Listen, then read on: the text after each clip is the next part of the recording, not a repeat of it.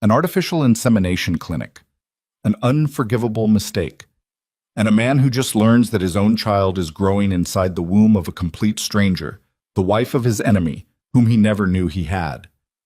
This is the story of stolen love, betrayed fortune, and an unborn child becoming a weapon in the hands of heartless people.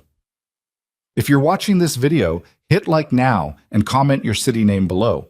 I want to know how far this story has come. And don't leave, because the ending will leave you breathless. The waiting room smelled like antiseptic and false hope. Adrian Holloway sat in a chair that was too small for his frame, elbows on his knees, hands clasped together the way a man prays when he stopped believing in prayer. Around him, other couples sat in various arrangements of anxiety. Women with their heads on men's shoulders, men staring at phones, one woman alone in the corner folding and unfolding a tissue until it disintegrated. The fluorescent lights above hummed at a frequency that seemed designed to erode patience. Adrian had been in this room 4 times now. He knew the hum. He knew the exact shade of beige the walls were painted, a color he privately called institutional surrender. He was an architect. He noticed things like that. He noticed, for instance, that the receptionist had not met his eyes once in the past 40 minutes. His wife, Carolyn, was not with him. That was the first problem. Carolyn had stopped coming to these appointments 6 weeks ago, around the same time she'd stopped sleeping in their bedroom, around the same time their conversations had reduced to logistical exchanges about coffee and dry cleaning. The marriage was not dying. It had already died. What remained was a body neither of them had gotten around to burying. The IVF process had started as something they were doing together, a last attempt to build something real between them. Then it became something Adrian was doing alone, carrying the weight of it, showing up to clinics and signing forms and giving samples in rooms with motivational posters that made him feel vaguely humiliated. But he'd kept coming. Because somewhere underneath the wreckage of his marriage, underneath the professional success and the awards and the skylines that bore his fingerprints, Adrian Holloway wanted a daughter. He couldn't explain why a daughter specifically. He just knew. The same way he knew when a building's load-bearing calculation was off by a single decimal, a certainty that lived in the body before it reached the brain. "Mr. Holloway?" He looked up. The nurse in the doorway was not the same one who'd checked him in. This one was older, with the careful expression of someone who had been trained to deliver news that required careful expression. "Dr. Voss will see you now." The office was different from the consultation rooms where they usually met. Dr. Marcus Voss was behind his desk when Adrian entered, and there was another man in the room, younger, in a suit that had the cut of legal department rather than medicine. Adrian registered this and felt something cold move through his chest. He sat down without being asked. "Adrian?" Voss did not say Mr. Holloway. He used the first name the way doctors do when the conversation is going somewhere that titles can't follow. "I need to discuss something with you directly, and I need to ask that you hear me through before you respond." "Go ahead." Voss looked at the man in the suit. The man in the suit looked at the wall. "There was an error," Voss said, "with your stored genetic material." The hum of the fluorescent light seemed to get louder. "What kind of error?"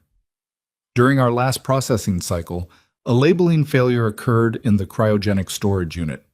Your sample, the fertilized embryo created from your genetic material, was cataloged incorrectly." He paused. "It was used in a subsequent procedure." Adrian stared at him. "Implanted in another patient." The coldness in Adrian's chest spread downward into his stomach and upward into the back of his skull. He heard the words. He understood the words individually.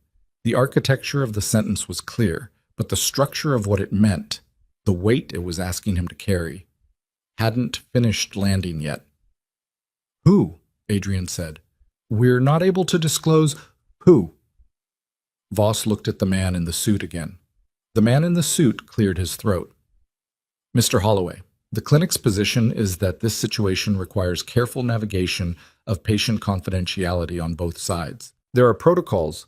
A woman is pregnant with my child," Adrian said. His voice was quiet. That was the thing about him when he was genuinely angry. He didn't get loud. He got quiet in the way that empty buildings get quiet. Every sound that did exist became more precise. And you're telling me there are protocols. There are legal.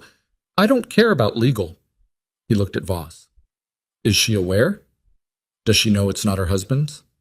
A pause that lasted approximately 1 year. That's being managed, Voss said. Managed. Adrian repeated the word the way he'd repeat a measurement that didn't make sense. What does that mean? It means, the man in the suit said, leaning forward slightly, that the clinic is in communication with the other patient regarding the situation, and that there are options being presented. Options.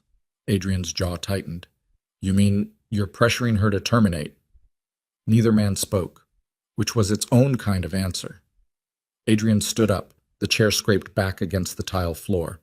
He was 6'1", and in that moment the office felt smaller than it actually was. Voss looked up at him the way people look up at buildings when they're standing too close. Tell me her name, Adrian said. Mr. Holloway, I strongly urge you. You made a mistake that changed the course of at least 2 people's lives, possibly 3, Adrian said. You don't get to urge me about anything.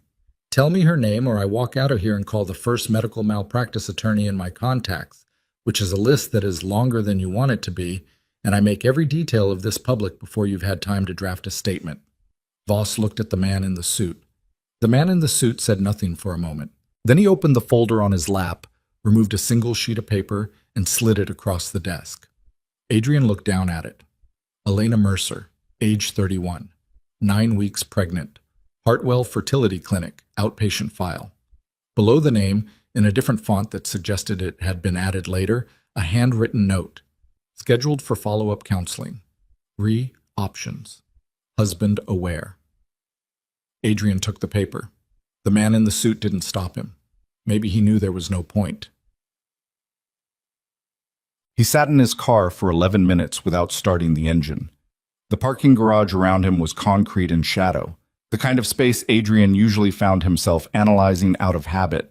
The span of the support columns, the curve of the ramp, the way the light came in from the street-level opening at the far end.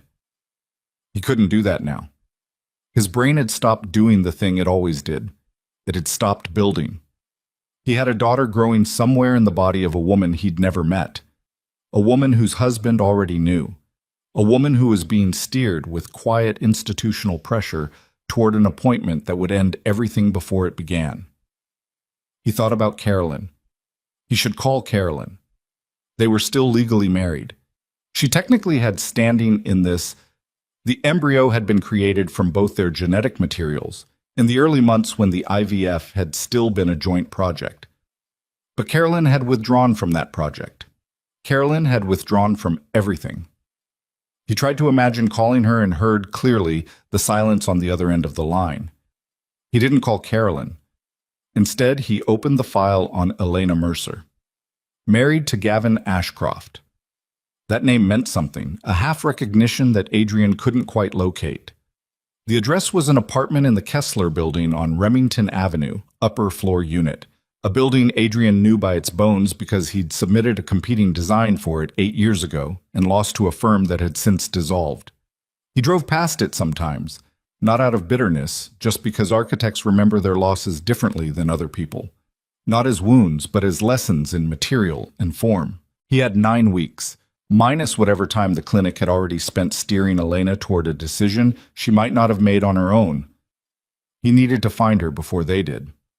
Elena Mercer pressed her palm flat against the bathroom tile and breathed. The nausea had been coming in waves since week 6. Not the polite morning sickness she'd read about, but the kind that dropped her to her knees at unpredictable intervals, that turned smells into adversaries and made the act of standing upright feel like a negotiation. She'd lost 4 pounds. Her hands were always slightly cold. She existed, lately, at a permanent low frequency of physical misery that she'd told no one about except her doctor, because telling Gavin would have required Gavin to care, and Gavin's relationship with care was complicated. She looked at herself in the bathroom mirror. She did this every morning now, not out of vanity, but out of something closer to verification, checking that she was still here, still recognizable. The woman in the mirror had her mother's cheekbones and her father's dark eyes and a wariness around the mouth that hadn't been there 2 years ago. She was not beautiful in the way that turned rooms. She was beautiful in the way that you noticed after the room had emptied, when you were alone with the memory of it and couldn't quite explain where it had come from. 9 weeks. She touched her stomach through her shirt. Still flat, still secret. The pregnancy had not been planned. It had not been hoped for, not in any way she'd consciously acknowledged, because hoping for things in this marriage had become a hazardous activity. She and Gavin had been trying, or rather, she had been the one undergoing treatment, tracking cycles, taking medications, while Gavin had been the one occasionally remembering that this was something they were doing. The fertility clinic had called her with the news on a Tuesday afternoon while she was working, and she'd sat at her drafting table for 20 minutes before she'd been able to pick up a pen again. She had not told Gavin right away. That should have told her something. She told him 4 days later, over dinner. He'd put his fork down, looked at her across the table with an expression she couldn't read, and said, "Okay." Just that. Okay. The way you say okay to a minor change in dinner reservations.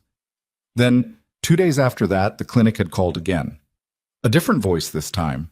A careful professional voice that said they needed her to come in for a follow-up consultation, that there had been some irregularities in her file that they needed to discuss in person.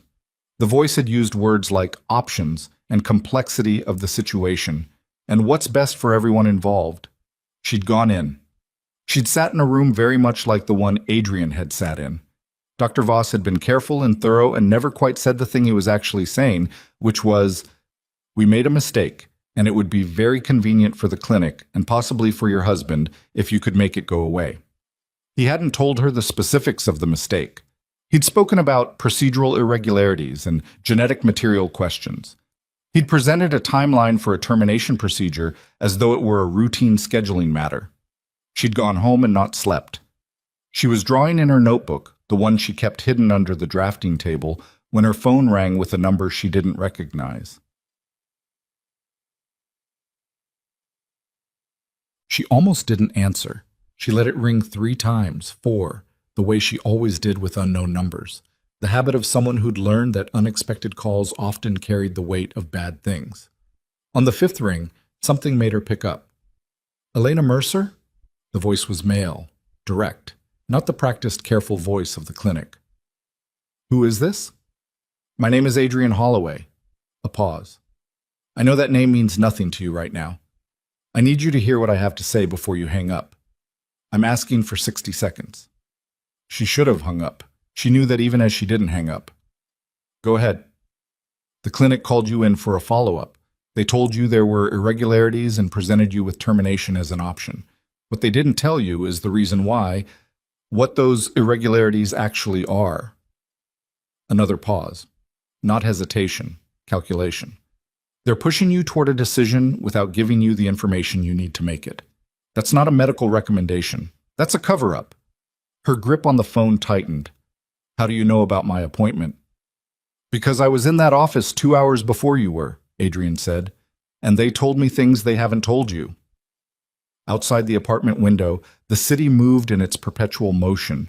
Cabs, pedestrians, the distant percussion of a construction site that had been going since March. Elena stood by the window and looked out at none of it. "What things?" she said.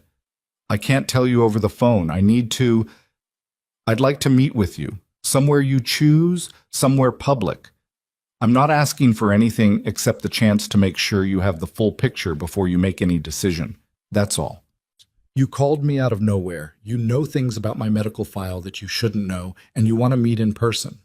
She heard her own voice, flat, measured, the voice she used with contractors who tried to push back on her design specifications. "Give me one reason I shouldn't call the clinic and report this call." "Because the clinic is the problem," he said, "and you already know something's wrong. Otherwise, you'd have hung up." She said nothing for a long moment. He was right, and she hated that he was right, and she hated the way he said it.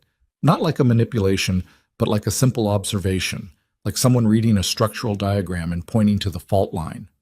"Remington Square," she said finally. "There's a coffee shop on the east side of the park. Tomorrow, 10 a.m.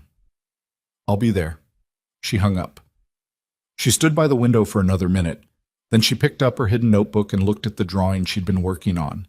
A building, as always, angular and ambitious, designed for a skyline she sometimes invented in her head when the real one wasn't sufficient. She'd been drawing buildings since she was 9 years old. Her father had given her her first set of drafting pencils, sitting across from her at his kitchen table in the house that had also served as his construction company's informal headquarters, telling her that every structure started with a single honest line. Gavin appeared in the doorway of the studio in his shirt and tie, car keys in hand. He hadn't been home for dinner. She'd stopped tracking the reasons. "You're up late," he said. Not a question. Not exactly. Couldn't sleep. He looked at her, then at the notebook. Something moved through his expression. Not concern. Calculation. "You should rest more for the pregnancy." "I know." He left without touching her. She heard the front door, the lock, the silence. She closed the notebook and sat in the dark for a while. The coffee shop on Remington Square was the kind of place that had survived several waves of neighborhood gentrification by being stubbornly exactly itself. Mismatched chairs, a hand-lettered menu, the particular smell of a commercial espresso machine that had been running continuously since a previous decade. Elena arrived 8 minutes early and chose a table facing the door. Old habit. Her mother had always sat facing exits in restaurants, and Elena had absorbed it without being told why. She recognized Adrian Holloway before he spoke. This was not because she knew him, it was because of the way he moved through the space, not with the obliviousness of someone accustomed to being the most important person in a room, but with a specific focused attention, the same kind she recognized from her own best drafting days when everything irrelevant fell away. He clocked the room in a single sweep, found her immediately, and came directly over without the performance of looking uncertain. He was taller than she'd anticipated. He wore a jacket over a gray shirt, no tie, and he looked like he'd slept badly, which she supposed was appropriate. He was, she registered this against her will, good-looking in an inconvenient way, the kind that was more about structure than any individual feature, the kind that architects and illustrators tend to notice because it was fundamentally about proportion. He sat down across from her. He didn't offer his hand or open with pleasantries. "Thank you for coming," he said. "I almost didn't." "I know." She studied him. "You said you were at the clinic before I was." "Yes." "Why?" He looked at her directly, and she registered that he was deciding something. Not whether to tell her, but how. The calibration of it. "I've been doing IVF procedures for the last 14 months, he said. "I had stored genetic material at Hartwell. Embryo material." He paused. "They told me yesterday that due to a labeling error in their cryogenic storage, my material was used in another patient's procedure." She heard it. She heard exactly what it was before he finished saying it. "No," she said. The word came out flat and hard. "I'm sorry." "No." She said it again, not as denial. She understood him perfectly, but because it was the only sound her body could produce at that particular moment. "You're saying the child you're carrying has my genetics, not your husband's." He held her gaze. He didn't look away, and he didn't qualify it. "The clinic made a mistake, and instead of telling you what they actually did, they've been steering you toward termination to bury the evidence." The coffee shop moved around her in its ordinary rhythms. Someone at the counter was ordering a complicated drink. Outside the window, pigeons did their indifferent thing on the pavement. The world was performing complete normalcy with an absolute contempt for what was happening at this table. Elena's hands were in her lap. She looked down at them. "How do I know you're telling the truth?" "You don't. Not yet." He put a folded piece of paper on the table, not pushing it toward her, just placing it. "That's a copy of the clinic's internal notation from my file. It references a labeling error and a misdirection of stored material in the same processing window as your procedure date. They gave it to me by accident during our meeting. I think they intended to show me the liability waiver and pulled the wrong document." A beat. "I have a paternity verification request filed with 2 independent labs. I can share the reference numbers." She looked at the paper without picking it up. Then she picked it up. The documentation was exactly what he'd described. She recognized the clinic's internal formatting. She'd received enough of their letters in the past year to know the letterhead by sight. The notation was clinical and indirect in the way that institutional language is when it is trying very hard not to say what it is actually saying. But it said it. "Husband aware," she said quietly, reading from the bottom of the sheet. Someone had written that by hand. Someone at the clinic had written it.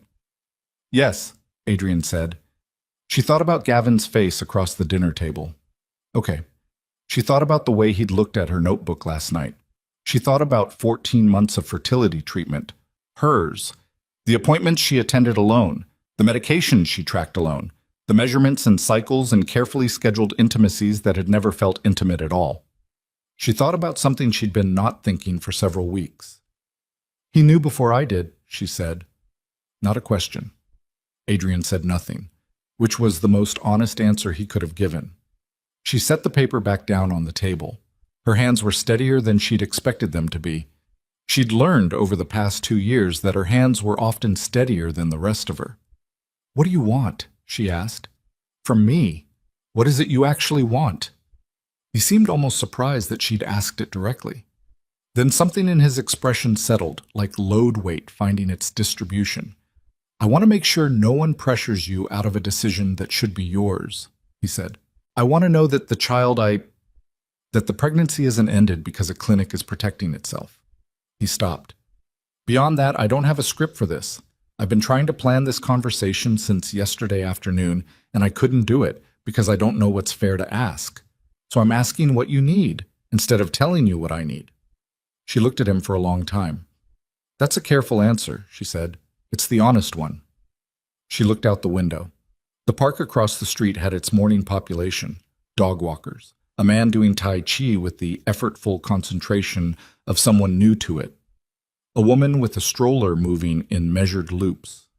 Life proceeding at its normal pitch. "I need to think," Elena said. "I need time to think." "You have it." "Don't contact me again until I contact you." "Agreed." She stood up, picking up the copy of the document and folding it into her coat pocket. She looked down at him once more, this stranger who had just restructured the foundation of her reality with the same calm precision she used on drafting paper. "Mr. Holloway," she said, "if I find out any part of what you told me today is a manipulation, it isn't. If I find out it is," she continued, not breaking stride, "I will make the kind of noise that ends careers, including yours. I know who you are. I've seen your work." Something moved through his expression that was almost, not quite, a smile. "I know," he said. She walked out of the coffee shop. She didn't look back. She crossed the street into the park and walked through it without seeing any of it, her hands in her pockets, the folded document pressed against her fingers, and she walked until the morning air cleared enough of the shock from her head to let her start thinking again. Gavin Ashcroft was in a very different part of the city. He was in the offices of Ashcroft Group Holdings, on the 41st floor of a building he'd spent 4 years cultivating the contracts to put his name on, and he was not looking at architectural plans. He was looking at a woman who was not his wife. Sienna Vale wore her intelligence the way expensive buildings wear their glass, apparent from the outside, functional throughout, cold in a way that increased its value. She was head of Ashcroft's business development division, officially. What she was in practice was more complicated and more useful. She'd been both things for 3 years. "The clinic called again," she said. She was standing at his window looking out at the skyline with her arms crossed. She didn't turn when he came in. "I know, I spoke to Voss. She hasn't agreed to the procedure." "She will." Sienna turned now. Her expression was the particular kind of careful that people develop when they've spent a long time calculating outcomes and learned not to let the calculations show. "Gavin, we have 8 days before the quarterly review.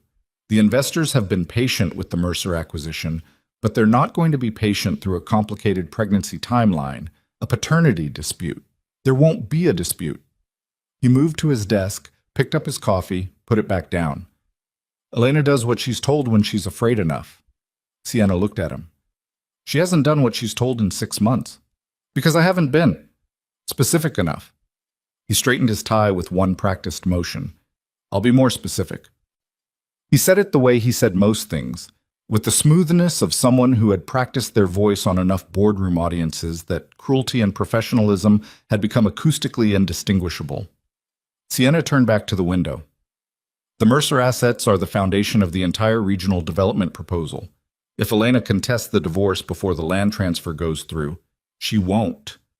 You sound very certain about a woman who hasn't signed a single document in 3 months. She's pregnant, Gavin said, and frightened, and she's been living in a marriage that I have carefully made smaller and smaller for 2 years. She doesn't have anyone, Sienna. She doesn't have leverage, and she doesn't have allies, and she's about to lose the pregnancy on top of everything else. He sat down in his chair.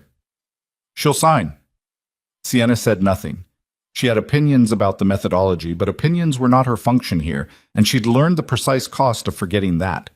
What she didn't say, and what she would not say, was that she'd seen Elena Mercer's original design work.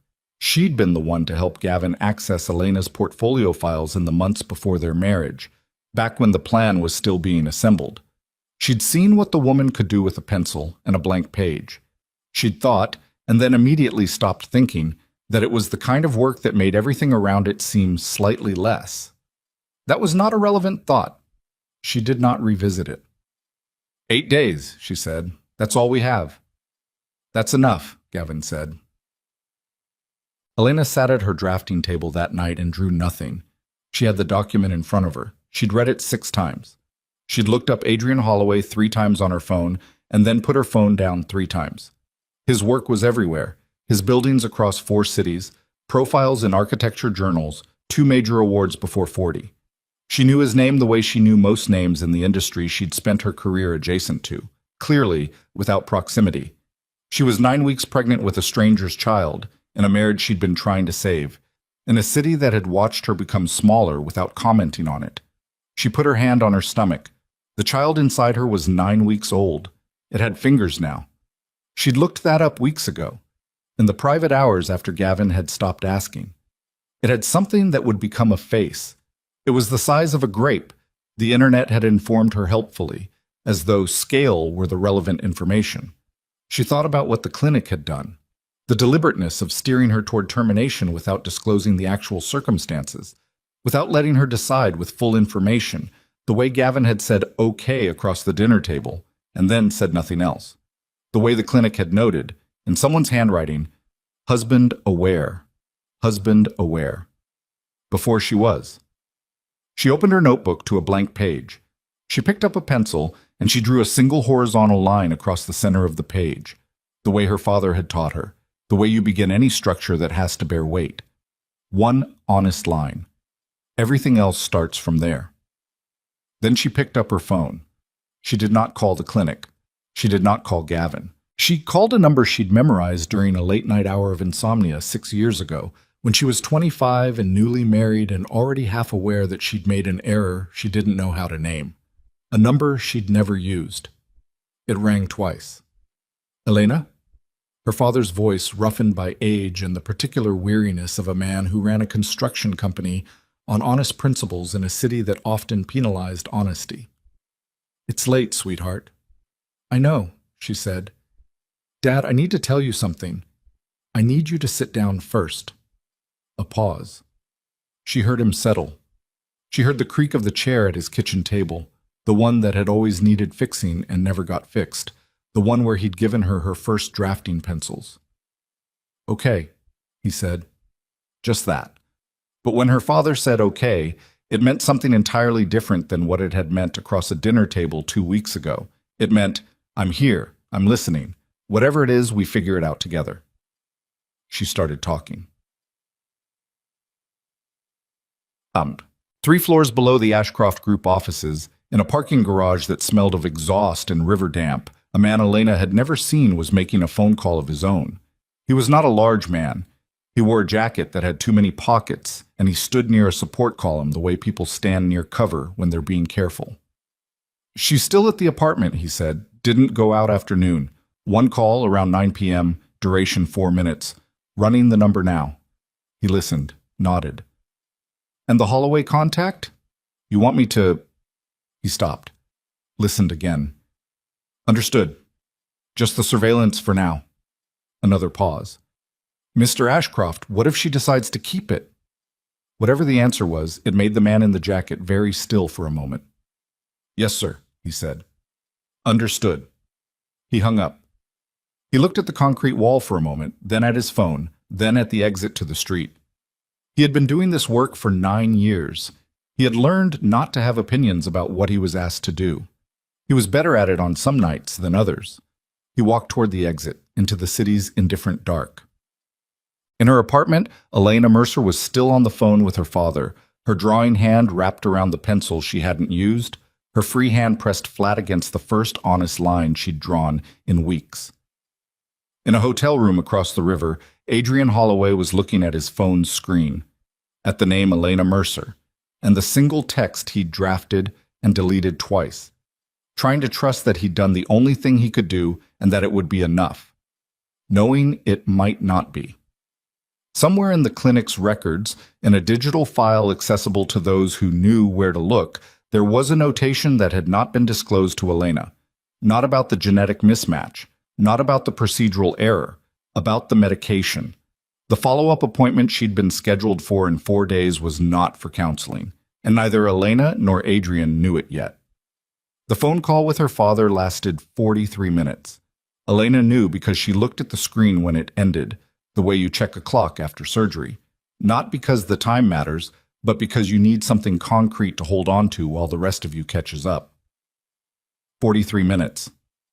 In that time, she'd told him about the clinic's call, about the follow-up appointment, about the careful institutional language that added up to a pressure campaign. She had not told him about Adrian. She wasn't ready to say that part out loud yet. Some information needs to be carried alone for a while before you can hand it to someone else without it breaking apart in transit. Her father had listened the way he always listened, without interrupting, without the reflexive reassurances that most people deploy when they don't know what else to do. When she finished, he was quiet for a moment that felt longer than it was. "You haven't signed anything," he said. "No." "Don't sign anything." "I know, Dad." "Elena." His voice had dropped to the register he used when he was genuinely worried, the one she'd heard the night her mother got sick, the night the company's main contractor had walked out with half a year's work unfinished. "Something about this isn't right. The way they're moving, the speed of it." "I know." "Does Gavin know about the appointment?" She pressed her thumbnail into the edge of her drafting table. "He knew before I did." The silence on his end was the kind that meant he was revising something, recalculating, the way he did with construction estimates when a number came in wrong. "Come stay here," he said finally. "Bring what you need and come here." "I can't just leave." "Why not?" She didn't have an answer that satisfied either of them. Because leaving felt like admission, because the apartment, as diminished as it had become, was still the last territory she hadn't entirely ceded, because there was a part of her that was still waiting, with the irrational patience of someone who'd invested too much, for Gavin to become the person she'd believed he was when she'd agreed to this marriage. "I'll call you tomorrow," she said. She could hear him not saying the things he wanted to say. "First thing," he said instead. She hung up. She sat at her drafting table in the dark studio and listened to the apartment around her. The particular silence of a space inhabited by two people who had stopped generating sound together. No television from the other room. Gavin hadn't come home. She picked up her pencil. She drew the same horizontal line again, then erased it, then drew it again. She did that for a long time. The follow-up appointment was in 4 days. She didn't sleep well in the 3 nights leading up to it. She slept in fragments, waking at 2 a.m. and 4 a.m. with the precise, useless alertness of a body that had decided rest was a liability. She ate what she could, which wasn't much. She went through the motions of her work. She was freelance, illustrating for 3 architecture firms who paid her less than her work was worth and knew it, with the mechanical competence of someone operating on backup systems. Gavin was present in the apartment with the quality of absence. He came home late, ate whatever she'd left out, answered her questions with the minimum viable number of words. Once, she caught him looking at her stomach, not with the expression she'd imagined before the marriage, the one she'd naively projected onto the future, but with something closer to a property owner assessing a structural problem. She should have left that night. She knew that later. On the second night, while Gavin was in his office with the door closed and the low murmur of a phone call she wasn't invited to hear, Elena sat cross-legged on the bathroom floor with her hidden notebook and looked at every drawing she'd made in the past 2 years. Buildings, mostly. Structures that existed nowhere except on these pages. Ambitious, detailed, technically specific, built from a decade of absorbed knowledge. Her father's company, her mother's insistence that she study what she loved, her own years of freelance invisibility that had somehow never broken the habit of making things. She found something she hadn't looked for. 3 pages near the back, drawn during the first year of marriage when she'd still had the delusion that this apartment was a creative space. A competition entry she'd drafted privately, never submitted. An urban mixed-use complex with a distinctive cantilevered atrium that she'd been proud of. She turned the pages slowly. It was good work. She knew it was good work because looking at it still did the thing that good work does. Pulled something in her chest toward it. She'd mentioned it to Gavin once, early on. He'd looked at the drawings with that politely engaged expression he used for things he'd already categorized as irrelevant. She put the notebook back under the table. She didn't sleep again until almost morning. She was in the kitchen making coffee when Gavin came in on the 3rd morning, dressed for work, briefcase already in hand. The full armor of the professional world, immaculate and sealed. "I'll drive you to the appointment tomorrow," he said. Not asked. She poured the coffee, didn't turn around. "I can take a cab." "I said I'll drive you." "And I said I can take a cab, Gavin." She heard him set the briefcase down. The sound was controlled, the kind of controlled that is very close to its opposite. "Elena." She turned. He was standing in the kitchen doorway, and his expression was the one she'd been seeing more of lately. Patient on the surface, and underneath the patience something that had edges. He was a handsome man. She'd noticed that early and then gradually stopped noticing it, the way you stop hearing a sound that doesn't change. "This procedure is the right decision," he said, "given the circumstances." "You mean given the clinic's circumstances?" A pause. "Given ours." "What circumstances are those exactly, Gavin? Because I've been waiting for you to explain them, and you keep saying things like the right decision without actually telling me what you know." She held the coffee mug with both hands, steady, deliberately steady. "You knew before I did. The clinic's note says husband aware. So tell me what you know." He looked at her the way he looked at contractors who missed deadlines, with the specific coldness of a man who had decided someone had become a problem rather than a person. "The pregnancy isn't viable for our situation," he said. "Our situation. The company is in a critical phase. The investors, you want me to terminate a pregnancy for investors. I want you to be realistic about timing." He picked up the briefcase. "Tomorrow at 9. I'll be out front." He walked out. She heard the door. She stood in the kitchen with her coffee going cold and the morning light coming in at an angle that seemed, in that moment, personally hostile. "The pregnancy isn't viable for our situation. Not our pregnancy, not our baby. The pregnancy as though it were a line item on a project proposal that had come in over budget." She set the mug down very carefully, then she picked up her phone and texted a number she'd memorized and not used. "I need to talk. Today if possible." The reply came in under 2 minutes. "Name a place." They met at a different coffee shop this time. One Elena chose specifically because it was nowhere near the Kessler building and nowhere near anything connected to Gavin's professional geography. A place in the Linfield district, cramped and loud, the kind of place where conversations disappeared into the ambient noise of a dozen other conversations. Adrian was already there when she arrived. He had coffee he wasn't drinking and the look of someone who'd been calculating things and arrived at a number he didn't like. She sat down. She didn't take off her coat. "He wants to drive me to the appointment," she said. "He told me the pregnancy isn't viable for our situation. He mentioned investors." She watched Adrian's face. "He knows it isn't his, doesn't he?" "The clinic contacted him directly before they contacted you," Adrian said. "That's what the documentation implies. The notation about husband awareness predates your first follow-up call." "Why would they tell him before me?" "Because someone asked them to." She let that land. "You think Gavin arranged this?" I think it's worth asking what Gavin's motivation would be for wanting the pregnancy ended quickly and quietly. She looked at the table surface. Someone had scratched a small spiral into the wood near the edge. Idle damage, the kind people make when they're waiting for something and don't realize their hands are moving. He married me for my father's company, she said, quietly. Not like a revelation, like something she'd known for a while and was only now allowing to exist in spoken language. I've been trying not to know that for a long time. Adrian said nothing. He had the good instinct to not perform sympathy at a moment that didn't want it. If there's a paternity question attached to the pregnancy and it becomes public, it complicates everything, she continued. The acquisition, whatever he's doing with my father's assets. A messy dispute draws scrutiny. Scrutiny is the last thing he wants. She looked up. So he needs it gone. Fast and clean. Yes, Adrian said, and the clinic helped him.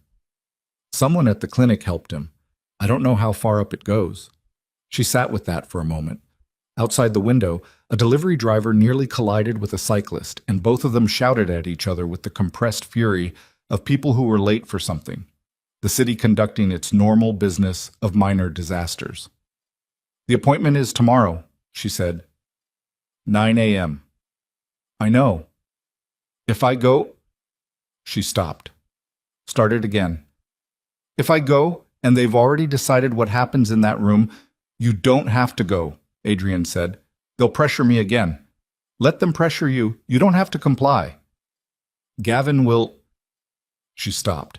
She pressed her fingers flat on the table. He'll escalate. When he doesn't get what he wants from the front, he escalates from a different angle. I've been watching him do it with contractors, suppliers, city planners. He's very good at finding the angle. I know you don't have a reason to trust me, Adrian said. He leaned forward slightly, forearms on the table, voice dropping under the ambient noise. But I'm asking you to let me help, not to take over anything. I'm not trying to tell you what to decide about the pregnancy. That's yours. But the clinic and whatever Gavin has arranged, that's a different fight, and you shouldn't have to take it alone. She looked at him. She'd been doing this specific kind of measuring look, since they first sat across from each other, trying to locate the calculation underneath the offer, the angle she hadn't found yet.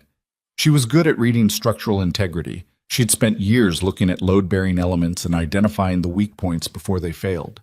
She couldn't find one in him. That didn't mean it wasn't there, but she couldn't find it. What does helping look like? She said. Tomorrow, you don't go to the clinic, he said. You send them a cancellation. You get your own independent obstetric consultation at a facility that has no relationship with Hartwell.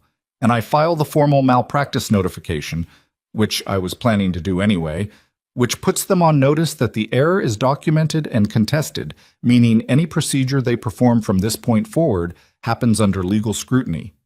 If Gavin finds out, let Gavin find out, Adrian said, and there was something in his voice then that she hadn't heard before. Not anger exactly, something harder and more structural than anger.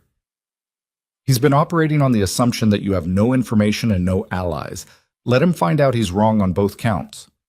She looked at him for a long time.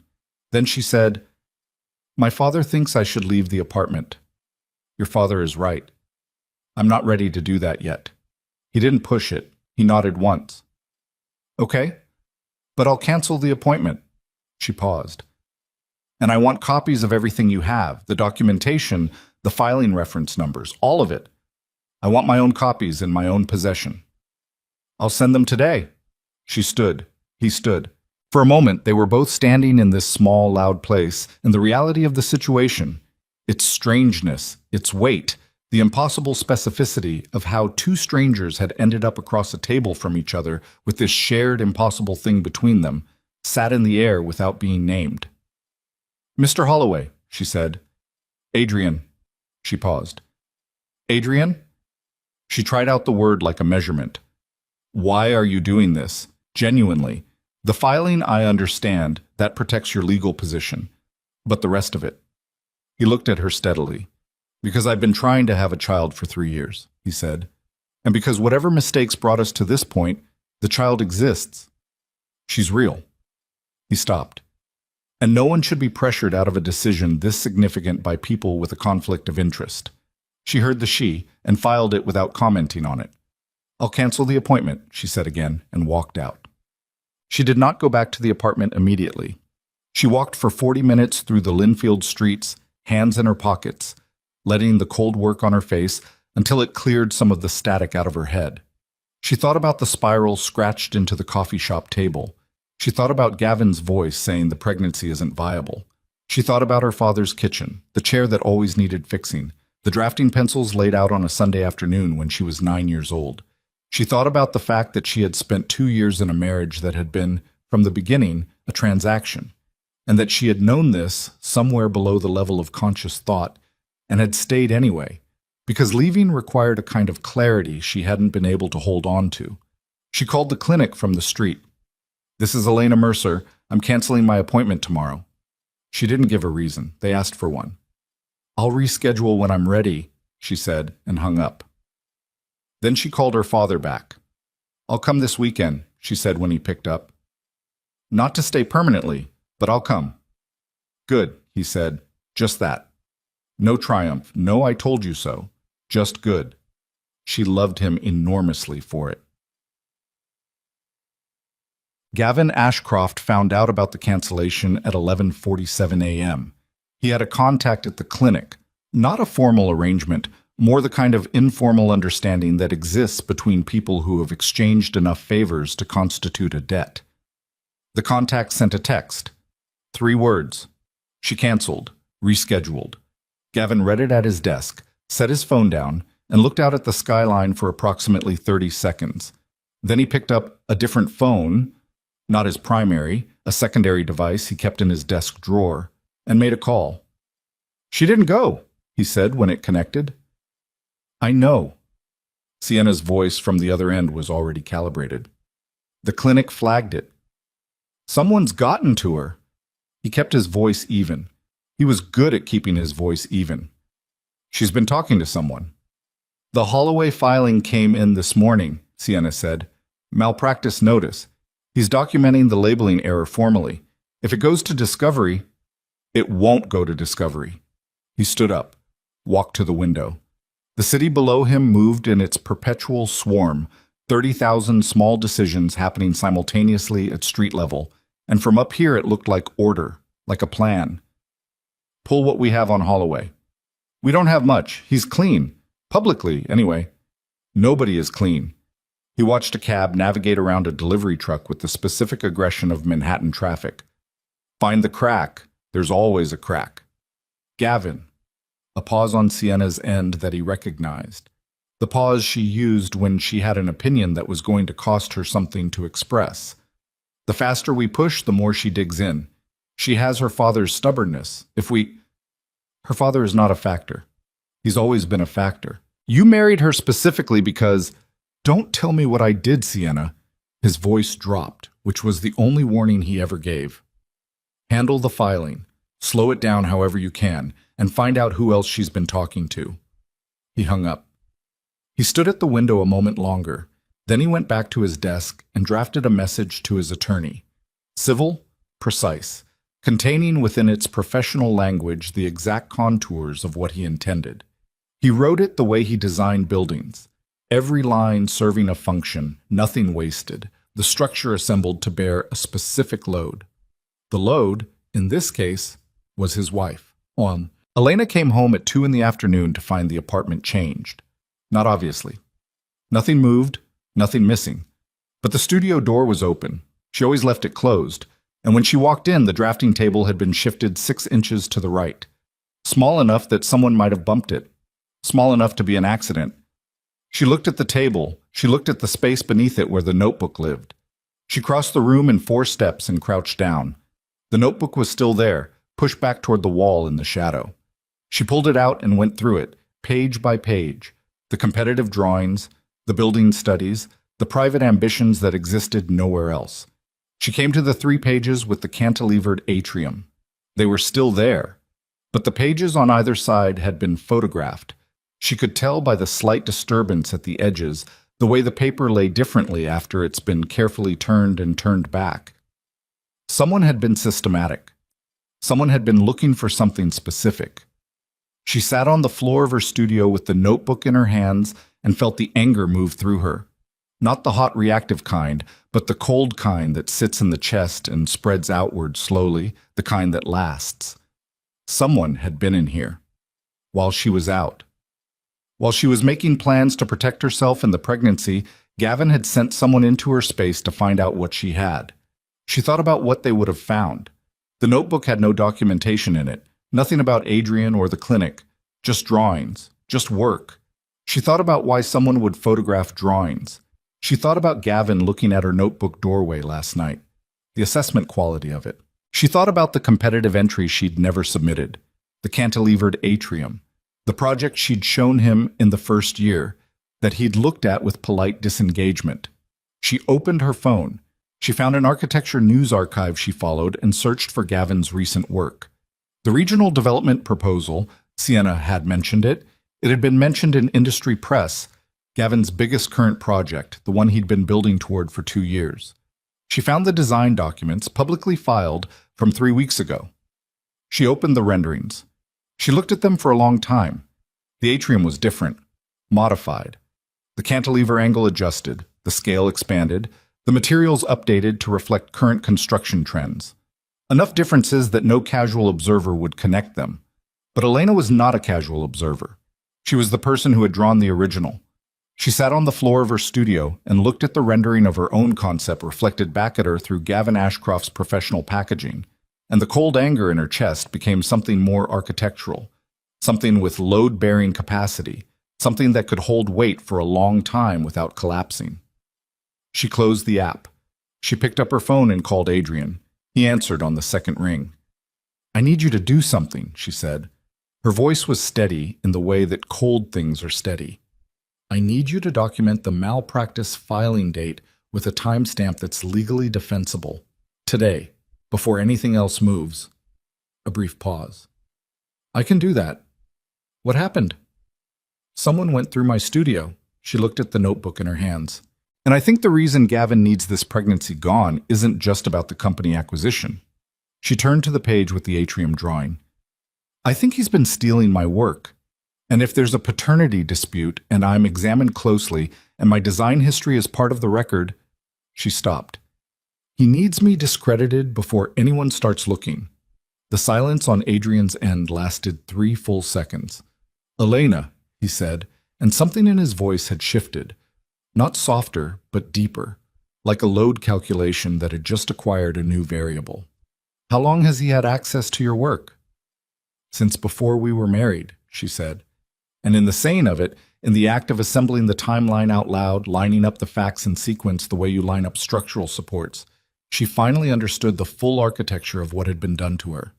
The marriage, the fertility treatment she'd undergone while Gavin participated minimally, the careful diminishment of her professional network over 2 years, the subtle redirection away from independent projects, the isolation that had happened so gradually she'd mistaken it for drift, the way her father's company had been positioned through the marriage for Gavin to absorb, the designs she'd made in private that had found their way into his public work. She hadn't been a wife. She'd been a resource, mined quietly, consistently, with the patience of someone who had planned from the beginning to extract everything of value before the structure was demolished. "I need you to hold on to the filing documentation," she said. "Don't submit anything else yet, but hold it." "Why wait?" She looked at the page in her notebook one more time. Then she closed it. "Because I want to know how much he took before I decide how to take it back," she said. She hung up. She sat on the floor of the studio she'd been slowly pushed out of, in the apartment that had been made smaller around her 1 degree at a time, carrying a child that 2 separate parties wanted gone for 2 separate reasons. And she felt, under the cold and the anger and the exhaustion that had been accumulating for months, something else. Something she recognized from the drafting table, from the moment before a design locked into place. Clarity. She was done waiting for Gavin to become someone he had never been. She was done making herself smaller to fit a space that had been designed from the beginning to contain her. She stood up. She put the notebook in her bag, not back under the table. In her bag, where it would go with her when she left. She was going to her father's this weekend, but first she was going to find out exactly what Gavin Ashcroft had built on the foundation of everything he'd taken from her. And then she was going to figure out how to bring it down. She opened her laptop at the kitchen table, Gavin's kitchen table, in Gavin's apartment, in the life he had constructed around her like a display case, and started pulling every publicly available filing connected to Ashcroft Group Holdings. Permits, project submissions, competition entries, investor presentations. She had 2 years of proximity to this world. She knew where the documents lived. She worked for 3 hours without stopping. By the time the city outside had darkened into its evening configuration and the kitchen light had become the only light in the apartment, she had a picture. It was worse than she'd thought. The atrium wasn't the only thing. There were 2 other designs, one submitted to a municipal planning competition 18 months ago, one incorporated into a university campus proposal that had won Gavin a regional award, both traceable, if you knew what to look for, back to sketches in her notebook, back to Sunday afternoons at her drafting table when she'd thought she was building something private, something that belonged to her. He had taken 3 years of her interior life and filed it under his name. She sat back in the chair. Her hands were still. Her breathing was even. She was so far past the shaking stage that her body had gone quiet around the anger, the way a structure goes quiet when it's finally found its load-bearing configuration. She heard the front door. Gavin came into the kitchen and stopped when he saw her at the table with the laptop and the open files. His eyes moved from the screen to her face with the rapid professional assessment of a man who had walked into rooms and read situations his entire career. "You canceled the appointment," he said. "I did. We need to talk about that." "We do," she said. She didn't close the laptop. She turned it toward him instead. The regional award submission, his name at the top, her lines underneath it. "But I think we should talk about this first." He looked at the screen. Something moved through his face. Not guilt, she noted. Not even surprise, just the recalculation, the new angle being located. "Elena, don't," she said, quietly. The single word carried enough weight that he stopped. "Don't explain it. Don't manage it. I've been watching you manage things for 2 years, and I'm done being one of them." He looked at her across the kitchen. This man she had married. This man who had been patient and systematic and thorough in his dismantling of everything she'd built. And for the first time she saw him without the architecture of her own hope obscuring the view. He wasn't going to stop. He was going to find a new angle. And she realized, sitting in that kitchen with her notebook in her bag and 3 years of stolen work on the screen between them, that the next move he made wasn't going to be soft. Gavin looked at the screen for exactly 4 seconds. Elena counted them. She had time to count because she was watching him with the specific attention of someone who has finally stopped hoping for a particular outcome and has redirected all that energy into observation.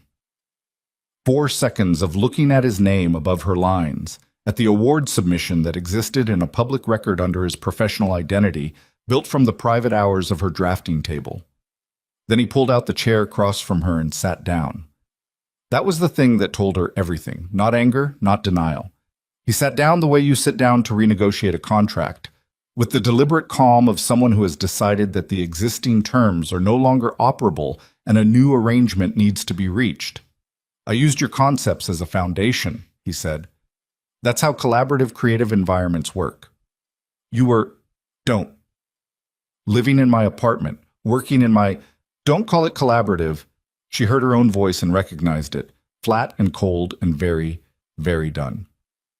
"You photographed my notebook, today, while I was out." A pause. Half a second. "Enough.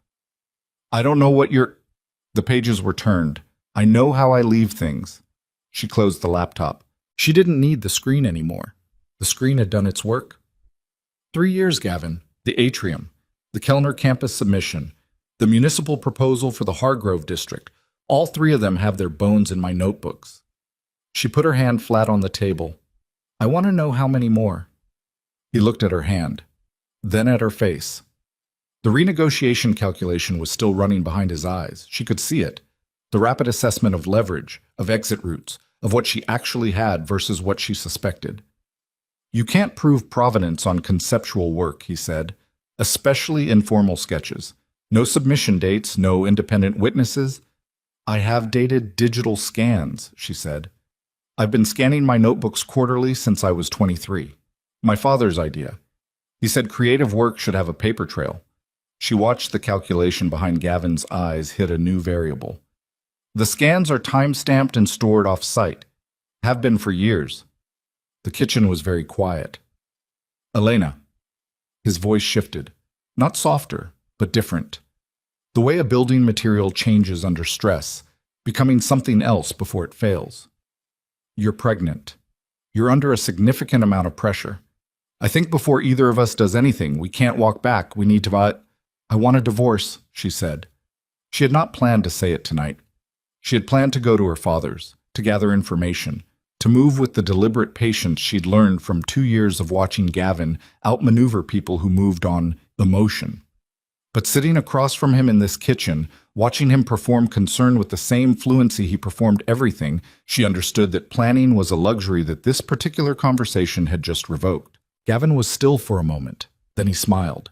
It was a small smile, and it was the most frightening thing she'd seen in 2 years of marriage because it was entirely genuine. No, he said. Just that. No. Like she'd suggested something logistically inconvenient. You don't get to say no to... Elena. He leaned forward. Your father's company has 3 outstanding permits pending with the city planning office. 2 of them are under review specifically because Mercer Construction submitted amended filings last year. Filings that were processed through Ashcroft Group's legal division as a courtesy. He paused. A courtesy I can withdraw. She stared at him. The Hargrove land transfer, your father's primary asset, the one he's been holding for 12 years waiting for the market, is in a contract window that has 30 days left before it expires. The buyer is a group I have a relationship with. Another pause. A relationship I can complicate. Her hands were cold. The cold had started in her fingers and was moving up her wrists. You would destroy my father's business. I would withdraw support that was never formally promised, he said. The distinction matters legally. She looked at him. The man she had married. The man she had tried to find reasons to stay with, season after season, telling herself that distance was not the same as malice, that indifference was not the same as intention. The man who had systematically built a cage around her using materials she hadn't recognized as cage building while it was happening. The pregnancy, she said, the appointment, that's what this is about. You need it gone before any of this becomes a legal record. I need things to proceed in an orderly fashion, he said, which requires a certain level of cooperation. Cooperation. The word came out of her like something discarded. You want me to terminate a pregnancy and sign divorce papers and hand you my father's company and call it cooperation. I want you to be practical, he said, about a situation that is going to go badly for everyone if you insist on being... Get out of this kitchen, she said. He stopped. Get out of this kitchen right now. Her voice had not risen. It was the flattest it had been all night. Go to your office or go wherever it is you actually spend your evenings, but get out of this room. He looked at her for a moment. Then he stood, with the unhurried movement of someone who has decided to allow a small concession because the larger strategy remains intact, and walked out. She heard his office door close with a click that was perfectly, insultingly controlled. She sat at the kitchen table for a long time. Then she picked up her phone and texted Adrian, "Don't file anything yet. He's threatening my father's business. I need 48 hours to understand what he actually controls before we move." The reply came back. Understood. Are you safe? She looked at the question. It was a simple question. 4 words. She had not been asked it in a long time. For tonight, she typed back. She did not sleep in the apartment. She packed a bag at midnight, methodically, without sound, taking only what she'd identified in advance as hers in the most unambiguous sense: her notebooks, her laptop, her mother's photograph, the documents her father had sent her 3 months ago when she'd quietly asked him to compile them without explaining why. She called a car from the app, took the elevator down while Gavin's office light was still visible under the door, and left the Kessler building without saying anything to anyone. Her father's house was 40 minutes out of the city. She hadn't been there since the holidays, and it looked the same as it always did. A working house, unpretentious, with a porch light that her father left on when he was expecting someone and sometimes when he wasn't. It was on when she arrived. He opened the door before she reached the steps. He took one look at her face and the bag over her shoulder and said nothing, just stepped back to let her in, and that particular silence, the absence of any "I told you so" or "finally," made her eyes sting in a way that Gavin's threats hadn't. She sat at his kitchen table. The chair across from her was the one that always needed fixing. The drafting pencils from her childhood were still in a jar on the windowsill, the same jar, in the same place they'd been since she was 9 years old. "Tell me everything," her father said. She did. Masab. His name was Daniel Mercer, and he had built his construction company over 31 years on the principle that contracts meant what they said and work meant what you showed up to do. He was 64, slightly overweight, with the hands of a man who had spent decades on job sites before the job sites became things he supervised from an office. He listened to his daughter for 40 minutes and drank coffee he didn't taste. When she finished, he was quiet for a moment. "The permits," he said. He said he could withdraw support for the review process. He doesn't have as much control over that as he thinks he does. Daniel turned his coffee mug in his hands, slow rotation, the habit of a man who thinks with his hands occupied. "I have relationships with the city planning office that predate anything he's touched. He's been inserting himself as a middleman. I knew something was going on with the amended filings, but I couldn't—" He stopped. "I should have looked harder. Dad. I let him too close because he was your husband." He said it plainly, without self-pity, the way he reported factual errors on job sites. State the mistake, understand the cause, fix it. "That was my error. It wasn't the Hargrove transfer." He set the mug down. "He's right that the window is narrow, but the buyer group, if they're connected to Ashcroft, that's a conflict of interest in the transaction. It might actually give us grounds to void the window and restart." Elena looked at her father. "You're already solving it." "I've been running this company for 31 years, he said. "I've had contractors try to bury me 6 different ways. Your husband is smarter than most of them, but he's operating on the assumption that I don't know he's there." A pause. "He's been wrong about that for about 8 months. She stared at him. "You knew." "I suspected. There's a difference." He reached across the table and put his hand over hers. Briefly, the gesture of a man who expressed things physically only when words felt insufficient. "I didn't know how deep it went, or what he was using you to do." His jaw tightened. "The designs, Elena. How long?" "I think from before we were married," she said. "I think that was part of why." Daniel Mercer sat back in his chair. He looked at the ceiling for a moment. She recognized the expression. It was the one he used when a structural assessment came back worse than projected. The absorption of a bad number. The recalibration. "Okay," he said. And when her father said "okay," the word meant, "I have the weight of this. I know how heavy it is. We move forward anyway." Chad. She slept for 6 hours in her childhood bedroom and woke up at 7 a.m. to 3 missed calls from Gavin and a text that read, "We should finish our conversation before this escalates unnecessarily." She put the phone face down and lay on her back looking at the ceiling. The room still had the angle she remembered, the way morning light came in from the east window and hit the far wall at exactly the pitch that made the dust motes visible. She'd lain in this same position as a teenager, working out problems on the ceiling the way other people worked them out on paper. She thought about what she had. Time-stamped design scans going back years. Documentation of 3 specific instances of concept appropriation in Gavin's public filings. The clinic's internal notation. Adrian's malpractice filing. Her father's knowledge of the permit irregularities. And somewhere in the Ashcroft Group's project records, if she could access them, the full extent of what had been taken. She thought about what she didn't have. Legal standing on the design theft without a formal process that would take months and would drag her through a public dispute while pregnant and without resources. Proof of Gavin's specific arrangement with the clinic, the how of it, the money or favor that had changed hands, and time. She didn't have time because the Hargrove window was 30 days and her father's permits were in active review, and Gavin had his hand on both triggers. She picked up her phone and called Adrian. He answered immediately. She could hear city noise behind him. He was outside, walking somewhere. "I need access to someone who can review financial filings," she said. "Specifically Ashcroft Group's project accounts. I think the design theft is the visible part. I think there's something underneath it, in how the projects were funded, where the investor money actually went." A pause. "What are you looking for specifically?" "I don't know yet. But Gavin has spent 2 years building something, and it's not just an architecture firm. The way he talks about the investors, the acquisition. It's bigger than the design work. The designs were a component." She sat up on the edge of the bed. "He needed my concepts because his own weren't sufficient.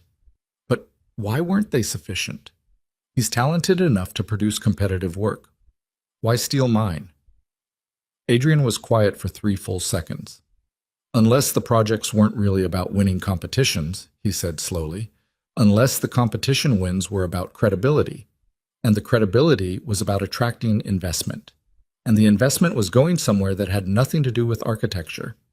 The thought finished assembling itself in her head with the precision of a structure locking into place. "I need to see the money," she said. "I know someone," he said. "A forensic accountant. She owes me a conversation." A pause. "Elena, this is going to take longer than 48 hours. "I know." She stood, walked to the window, looked out at her father's backyard, the old equipment storage, the company truck parked beside the fence, the life her father had built on honest work over 3 decades. "But Gavin doesn't know what I have. He thinks he scared me back into compliance last night. Let him think that for a little while longer. And if he moves against your father's company in the meantime—" "My father is not as exposed as Gavin thinks he is," she said. "And I'm going to spend the next 48 hours making sure of that." She hung up. She got dressed. She went downstairs and found her father already on the phone with his city planning contact, speaking in the unhurried tone of a man who had earned the right to make direct calls. And she sat at his kitchen table with her laptop and started going through every public financial filing connected to Ashcroft Group Holdings from the beginning. She found the first anomaly at noon. It was in a project funding disclosure from 2 years ago, the same timeline as the Hargrove acquisition positioning, the same period when Gavin had begun inserting himself into her father's permit process. A capital injection from an investment group called Vellum Partners, substantial enough to fund 3 concurrent development projects, with a listed address that resolved to a registered agent service in a state with permissive corporate disclosure laws. She looked at Vellum Partners for 2 hours. It was constructed to be opaque, layered entities, nominee directors, the architecture of financial concealment that was technically legal and practically invisible to anyone not specifically looking. But she was an illustrator. She understood negative space. She understood that what a structure didn't show was as informative as what it did. Vellum Partners had funded 3 of Gavin's projects. 2 of those projects had been awarded municipal contracts. One of those contracts had been awarded through a competitive process in which 2 other firms had submitted bids that were technically superior, she could see this in the public record, and had lost anyway. She sat back. The picture wasn't complete yet, but the outline was there. She called Adrian. "Vellum Partners," she said. "Look at the capital structure." A silence. She heard him moving, a door closing, the ambient noise cutting off. "Where did you find this?" "Project funding disclosure, 2 years ago, cross-referenced with the municipal contract awards." She turned her laptop screen toward no one, the habit of someone used to presenting work. "He's not just stealing designs. He's using stolen design credibility to attract investment capital, and that capital is being used to influence contract awards." "That's not just theft," Adrian said. That's fraud, potentially bid rigging." "Yes." "Elena, if this is what it looks like—" "I know." She put her hand flat on the table, her father's table, her mother's kitchen, the house where she'd been given her first drafting pencils by a man who told her every structure starts with one honest line. "I know what it means. This goes beyond the divorce, beyond the clinic. If there are federal implications, I know. You need to be very careful about how you proceed from here, because once I pull this thread, she said, Gavin loses everything, and he knows it. That's why he needs me silent. She heard her own voice and recognized something in it that hadn't been there a week ago. Not anger. She'd had anger. This was something colder and more load-bearing. That's why he needs the pregnancy gone before any legal process starts. Because a paternity dispute means examination, and examination means scrutiny, and scrutiny means someone might look at the money. Adrian was quiet for a moment. I'm going to make some calls, he said. Don't touch the financial documentation yet. Don't download, don't print, don't forward. Just know where it is. Okay. And Elena. A pause. Don't go back to the apartment. I wasn't planning to. She hung up. She closed the laptop. She sat in her father's kitchen and looked at the jar of drafting pencils on the windowsill. She was still looking at them when her father came in from the back, phone in hand, his expression carrying the specific quality of bad news that hasn't finished arriving yet. Elena, he said. His voice. She knew from his voice before he said the next word. The clinic called me, he said. They called my number directly. He looked at her with the steady eyes of a man trying to hold something steady for her benefit. Your follow-up appointment, the one you canceled. They said there was a mandatory procedural notification they needed to deliver in person. He paused. They came here this morning while you were sleeping. I spoke to a woman named... She said her name was Dr. Lana Park. Elena went still. I don't know that name. She left a package. He held up a sealed envelope. She said it was your patient records. Updated file. He looked at the envelope, then at his daughter. Elena, I opened it. I'm sorry, I opened it because something felt wrong. She stood up. The medication they gave you, he said, at your last appointment 6 days ago. The supplements they said were prenatal vitamins. She had been given a small package of supplements at her last routine visit. Standard protocol, the nurse had said. She'd been taking them every morning with breakfast. Dad? Her voice was barely audible. He put the envelope on the table between them. She looked at what he'd removed from it. A lab analysis sheet, a pharmaceutical breakdown, a covering letter from Dr. Lena Park that was 3 paragraphs of medical language she didn't need a translation for. The supplements were not prenatal vitamins. One of the compounds listed had a clinical use in early pregnancy termination. At low doses, administered over several days, it created conditions that mimicked natural miscarriage. Undetectable in standard blood panels unless specifically screened for. Consistent with the kind of careful, deniable methodology that left no obvious fingerprints. They had been giving it to her for 6 days. She sat down. The chair met her without her registering the movement. She looked at the lab sheet in front of her, and the words on it refused, for a long moment, to stay in the correct order. They had been medicating her, for 6 days, without her knowledge or consent, steering her body toward a conclusion she had explicitly refused to agree to through a door she hadn't known was open. Her father put his hand on her shoulder. She felt the weight of it, but couldn't respond to it. She thought about every morning for 6 days. Breakfast. The small white capsules in the supplement packaging that had come from the clinic in a labeled bag with her name on it. The nausea she'd attributed to the pregnancy itself. The exhaustion. The way her body had felt slightly, persistently wrong in a way she hadn't been able to locate. I need to go to a hospital, she said. I know, her father said. I'm driving you. Call Adrian. She was already standing, already moving, her hand on her stomach with a pressure that was entirely instinctive, entirely insufficient. Tell him what happened. Tell him they already moved. Her father was already on the phone. She walked to the door and then she stopped, because her legs had decided, independent of everything she was trying to hold together, that this was the moment they would no longer cooperate. And she caught herself on the doorframe with one hand and stood there breathing, just breathing, while the full weight of what had been done to her finished arriving. 6 days. They had been doing this for 6 days, and she had taken the capsules every morning without question, because they had come in a labeled bag from a medical institution she had trusted with the most vulnerable thing in her life. And trust, she understood now with a clarity that felt like a physical injury. Trust was the oldest weapon, the one that worked because the target held it against themselves. She straightened. She took one breath, then another. She let go of the door frame. Her father was behind her with the car keys and his coat already on, and the look of a man who had decided that everything else, the permits, the Hargrove transfer, 31 years of professional exposure, was noise. That there was only one thing that mattered in this moment, and he was standing 3 feet from it. She walked to the car. At the hospital, they moved her through triage quickly. She told them what she'd taken and for how long, and handed them the lab sheet.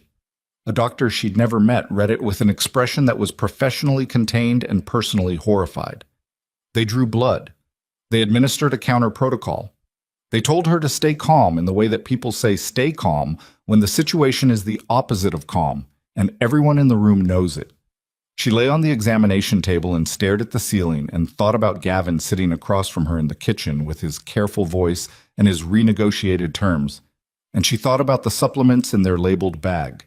And she thought about the word cooperation. She had lost the child. The doctor told her 40 minutes later, with the careful language of someone who understood that no arrangement of words was adequate. She listened to all of it. She nodded where nodding was required. Then she turned her face toward the wall and did not speak again for a very long time. When she finally did, it was one sentence, said to no one in the room. He doesn't get to walk away from this. 1 year is enough time to become someone else. Not entirely. Not in the ways that matter underneath. The bone-level things, the instincts, the way certain smells still hit wrong and certain silences still carry the specific weight of a hospital room at night. But on the surface, in the operational layer of a person, 1 year is enough time to rebuild the exterior into something that the past won't immediately recognize. Elena Mercer had spent that year becoming Elena Voss, her mother's maiden name. She'd chosen it the day she was discharged from the hospital, standing in the parking lot with her father's arm around her and the winter air doing its indifferent work on her face, and she thought not Mercer, because Mercer is findable, not Ashcroft, obviously. Voss. Start with what your mother gave you before anyone else got their hands on it. She'd left the city 3 days after the hospital. She'd gone to a place nobody connected to Gavin would think to look, a mid-sized city 4 hours north, where an architecture firm called Carver and Lind had posted a junior designer position that was beneath her skill level by approximately 5 years. She'd taken it anyway. She needed to be invisible before she could be useful, and invisibility required starting below where anyone would bother to look. She was good at her work. She'd always been good at her work. Within 4 months, Carver and Lindy had moved her out of the junior position without her asking. Within 8 months, she had a reputation in a city where nobody knew her name from before. She worked long hours. She slept adequately. She ate enough. She called her father every 3 days and kept the conversations practical. She did not think about the hospital room. She kept that in a separate load-bearing structure in her mind, walled off, weight distributed, not collapsed but contained. Architects know that you don't demolish a compromised section while the building is still occupied. You shore it up. You work around it. You come back to it when you have the tools. She came back to the city on a Tuesday in November, 11 months and 18 days after she'd left it. She came back as Elena Voss, with a portfolio that had her new name on it and no photographs on any professional profile. And she walked into the lobby of Ashcroft Group Holdings for a scheduled interview for a senior designer position that Gavin Ashcroft had posted 3 weeks prior. She wore her hair differently, shorter. She'd lost weight in the first months and then rebuilt it differently, the way grief redistributes itself in the body over time. She wore glasses she didn't need, frames that changed the geometry of her face. She had practiced, in front of a mirror in her apartment north of the city, the specific neutralization of her expressions, the removal of the particular way she tilted her head when she was being assessed, the particular line of her mouth when she was being condescended to. She was unrecognizable. She had tested this against the only person who mattered. She'd stood in front of her father 6 weeks before the interview and watched him look at her for 30 seconds before something shifted in his eyes. "Elena," he'd said. "Took you 30 seconds," she'd said. "I'm your father." He'd studied her face with the expression of a man confronting structural damage in something he'd built. Someone who knew you professionally, someone who hadn't seen you in a year. "They won't know," she'd said. He hadn't agreed out loud, but he hadn't disagreed either. Right, Dad. The interview was conducted by a woman named Petra Holst, Ashcroft Group's design director, who had the efficient manner of someone doing 3 jobs simultaneously and the sharp eye of a person who had spent long enough in a compromised environment to have stopped questioning its foundations. She went through Elena's portfolio with the focused attention of genuine professional interest, and Elena sat across from her and answered questions with the calm of someone who had rehearsed this in the same way she'd rehearsed everything for the past year. Not to perform, but to have the performance so thoroughly absorbed that it became the natural state. Gavin was not in the interview. She had anticipated this. She knew his operational style, knew he delegated hiring to Petra and reviewed final candidates himself. She would not see him today. That was the plan. That had always been the plan. What she had not planned for was the moment Petra turned a page in her portfolio and paused. "This mixed-use proposal," Petra said. She was looking at a design Elena had done for Carver and Lindy 6 months ago, a commercial residential complex with a specific structural approach to the public atrium. The load distribution in the cantilevered section. It's unusual. It's a modified approach based on some earlier conceptual work I did, Elena said. Her voice didn't change. I've been developing the methodology for a few years. Petra looked at the drawing for a moment longer than necessary. Then she turned the page. It's very strong, she said. Elena said nothing. She got the job. Imash. She told Adrian that night. They had maintained contact through the year. Not frequently, not with the texture of closeness exactly, but with the consistent reliability of 2 people who had agreed to be accountable to a shared purpose. He had continued the malpractice filing against Hartwell Clinic. The clinic had settled privately, quickly, with a confidentiality agreement that Adrian had signed under legal advice while preserving the core documentation. He had not dropped the investigation into the medication. That thread was still live, in the hands of an attorney named Carla Reyes, who specialized in pharmaceutical liability and had the specific quality of patience that long cases require. He had also spent the year becoming something he hadn't been before. Adrian Holloway had withdrawn from public professional life 4 months after Elena disappeared. He'd closed his firm's public-facing operations, declined all press, turned down 3 award nominations. In the industry, there was speculation, burnout, personal crisis, the usual explanations people reach for when someone visible goes quiet. What he had actually done was begin a new practice under a different operating structure, producing work under an identity known only as Mr. C, accessible only through private referral, with a reputation that grew precisely because it was never confirmed. He had become, accidentally and then deliberately, the most influential architectural voice in a world that didn't know his face. He had done this because influence without visibility was the only weapon that would work for what they were planning. He answered her call on the first ring. "I start Monday," she said. A pause. "How did it go?" Petra Holst is sharp. She noticed the cantilever methodology. A beat. She didn't connect it, but she noticed. "She'll notice more," he said, "once you're inside." "That's fine." Elena looked out the window of the hotel room she'd booked for the week. The city she'd left a year ago, its skyline unchanged, indifferent to the fact that she'd been gone. "I need access to the project archive, the historical files going back 5 years. If the Vellum Partners money trail is in there, it will be buried. I know how to find buried things." She paused. "Adrian, the Meridian competition." He was quiet for a moment. The Meridian Architectural Competition was the industry's highest-profile annual event, national scale, live judging panel, broadcast to the industry. This year's theme had been announced 2 weeks ago. Gavin had already submitted a preliminary entry. She'd seen the press release. "He's going to win it," she said, "or he thinks he is. He's been positioning for it for 2 years. The municipal contracts, the investor credibility, the profile pieces. The Meridian is the capstone." "I know," Adrian said. "You're on the judging panel." She'd found this 3 weeks ago, buried in the competition's organizational filings under his operating identity. "Mr. C is a confirmed judge." "Yes." "He doesn't know that's you." "No." She sat with that for a moment.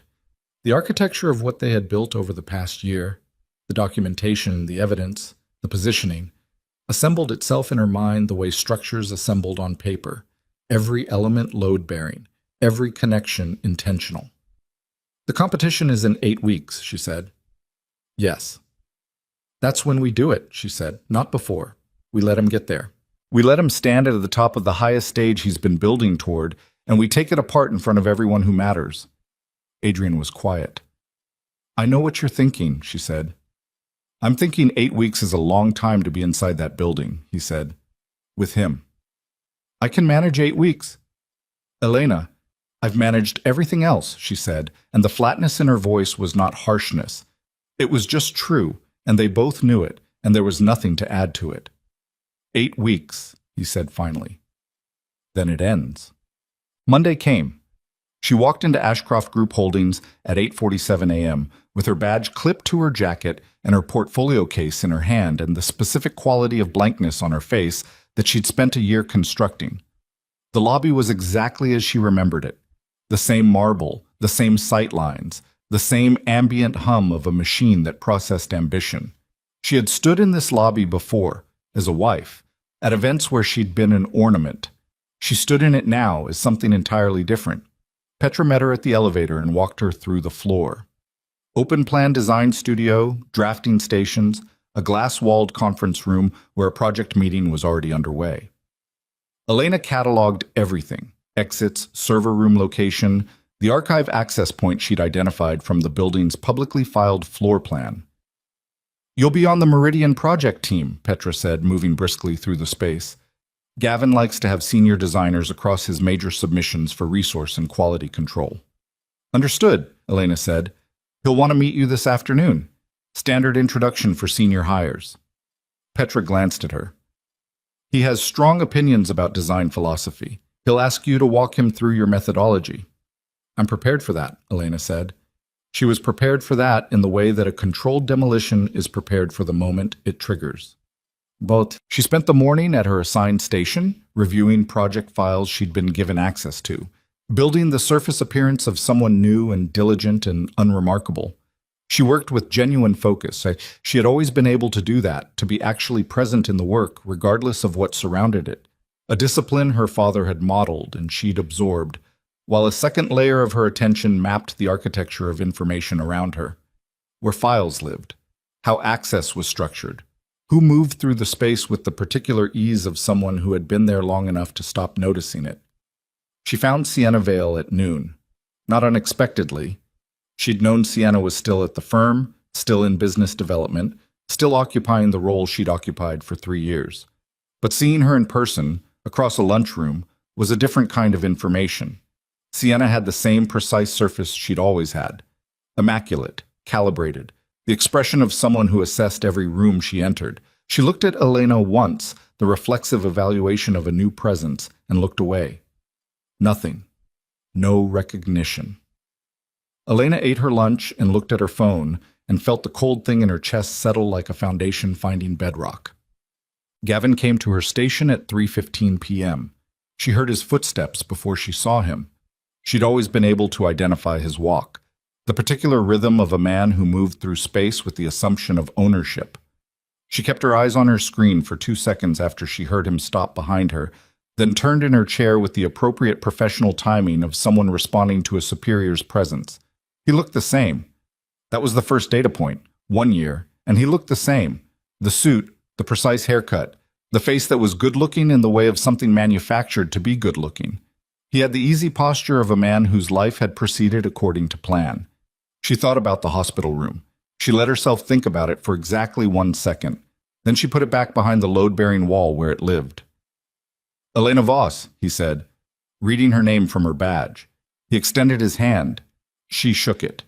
His hand was the same temperature she remembered. She had no reaction to it that she permitted to reach her face.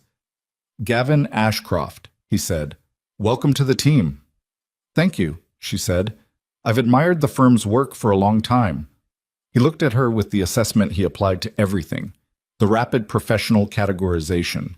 She held his gaze with the specific blankness of someone new and eager and uncomplicated. She gave him nothing to read because she had engineered herself for this moment into something unreadable. Petra says your cantilever methodology is interesting, he said. I've been developing the approach for a few years, she said. I'd be happy to walk you through it. I'll hold you to that. He glanced at her screen, the Meridian project files she had open. Good. Get deep into the material. I want everyone on this team to know the submission inside out. He paused. This one matters. I understand, she said. He moved on. She turned back to her screen. Her hands were completely steady. She had just shaken the hand of the man who had destroyed her pregnancy, stolen her work, and walked away clean, and she had smiled at him, and he had not known her. That was the first brick. She spent 3 weeks building cover and trust in equal measure, producing work that was genuinely good, which was the most effective camouflage available because real quality doesn't need to be performed, and Petra was too perceptive to be fooled by performance. She contributed to the Meridian submission with the particular torture of watching her own structural instincts being absorbed into Gavin's project, knowing that every good thing she added was also evidence, and documenting everything with timestamps on a personal encrypted drive that lived on a device that never connected to the firm's network. In the 4th week, she found the archive. The historical project files were stored in a server room she'd needed 3 weeks to access, not through any breach, but through the accumulation of mundane legitimacy, the kind that comes from being the person who stays late and takes on overflow work and never asks for anything that raises flags. She had the access code from Petra for a legitimate file retrieval. She had 40 minutes in which the office was empty. She found 7 years of project files. She found the Vellum Partners capital allocation records. She found what she had suspected, and worse than she had suspected. The money that had moved through 3 development projects had not all gone where the investor disclosures said it had gone.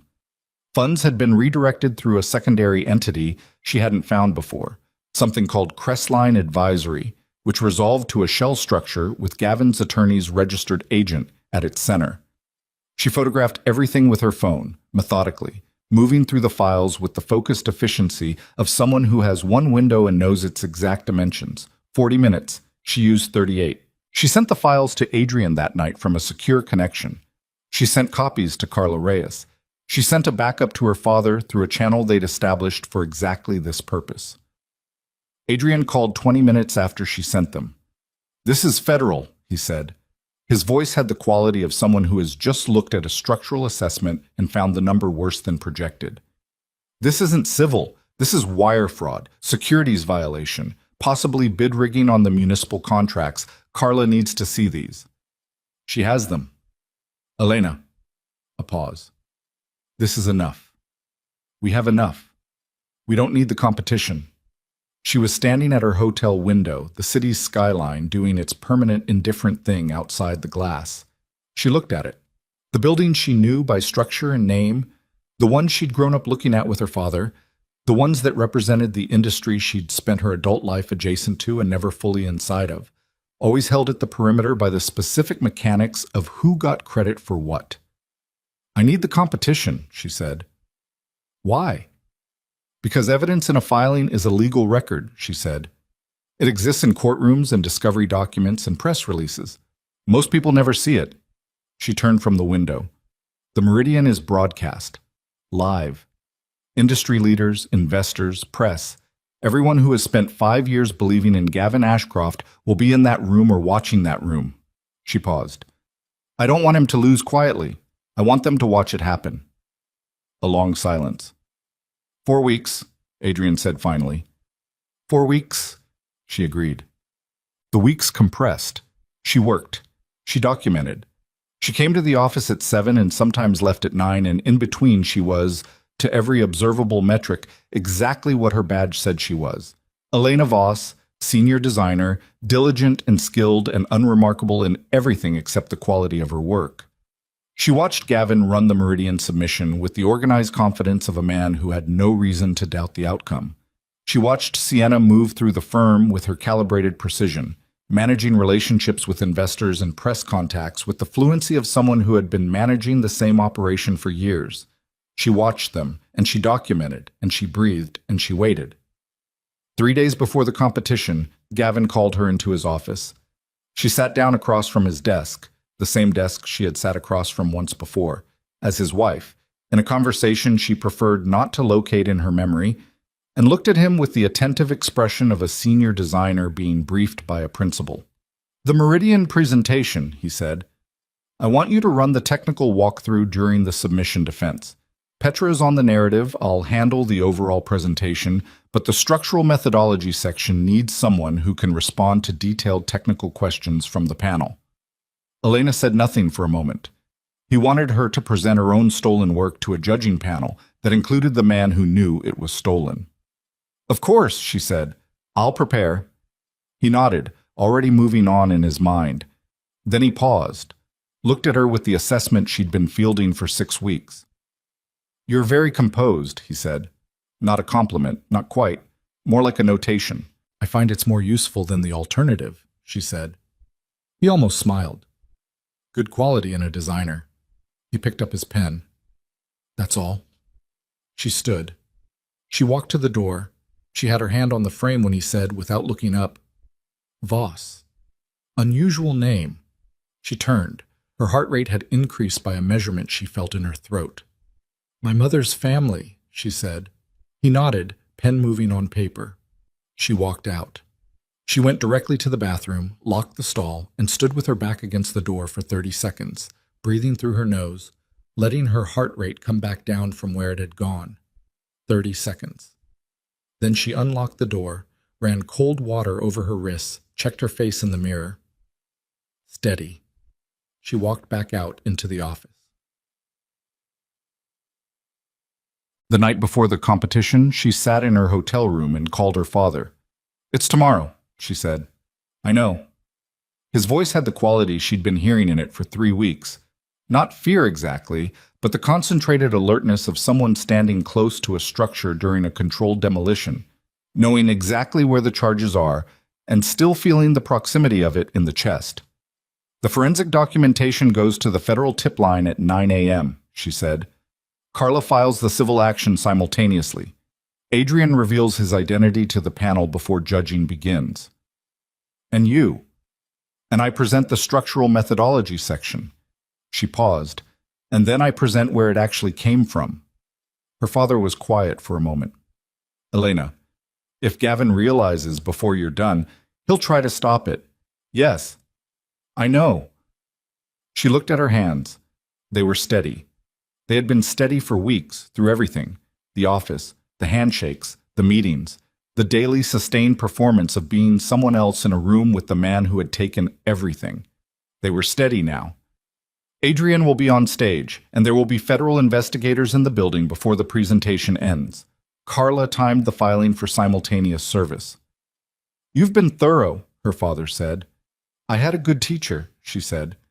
She heard him exhale. Not quite a laugh, not quite a sigh. The sound of a man releasing something he'd been holding for a long time. "I'll be in the audience," he said. "I know." She paused. "Dad, whatever happens, it's going to work," he said.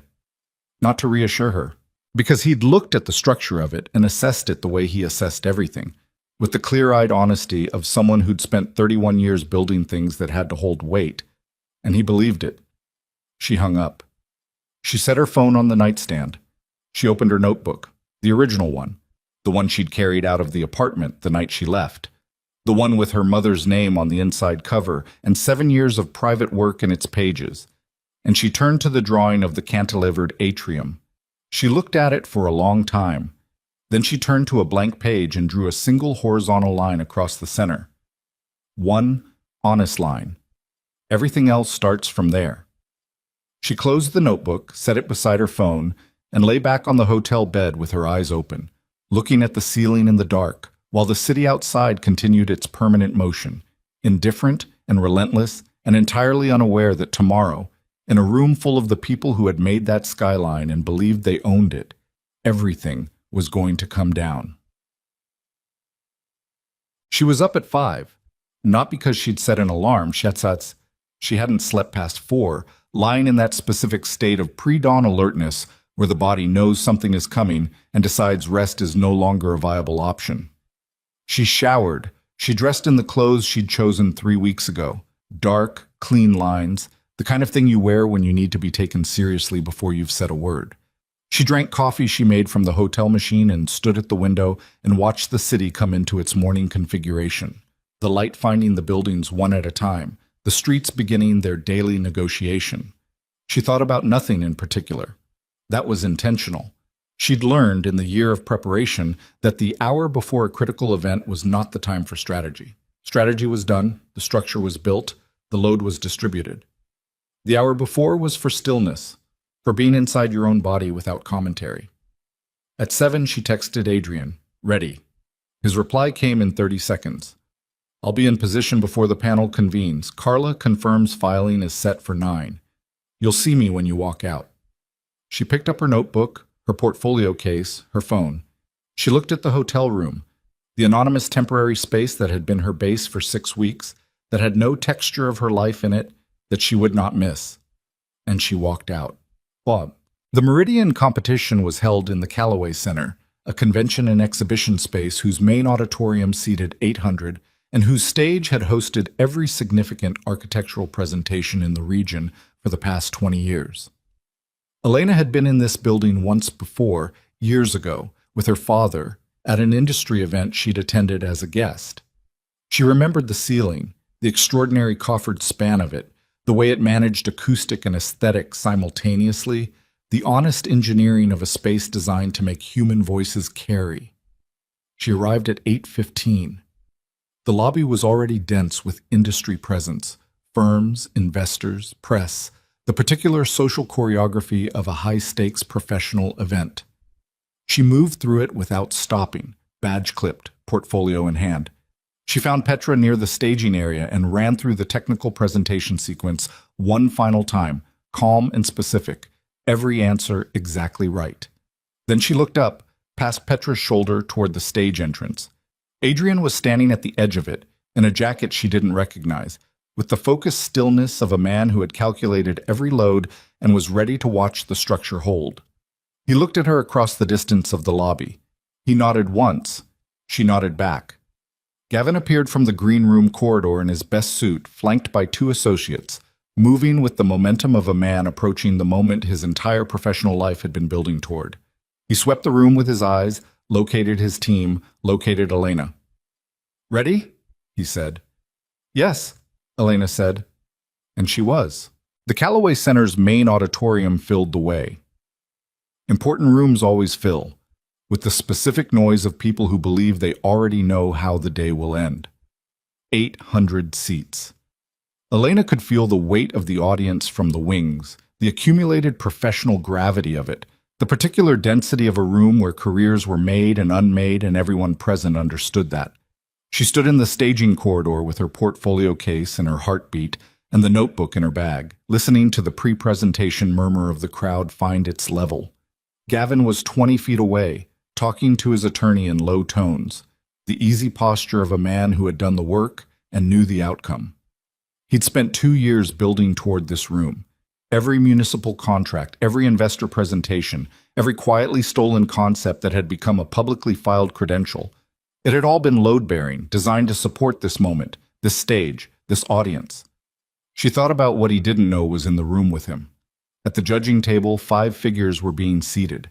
She could see them from her position in the wings. Industry veterans, academics, 1 municipal planning commissioner.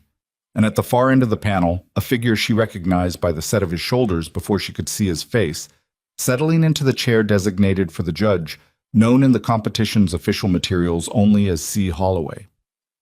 Not Mr. C. His actual name, on the official panel roster, for the first time in 4 years. The competition's director had been informed last week.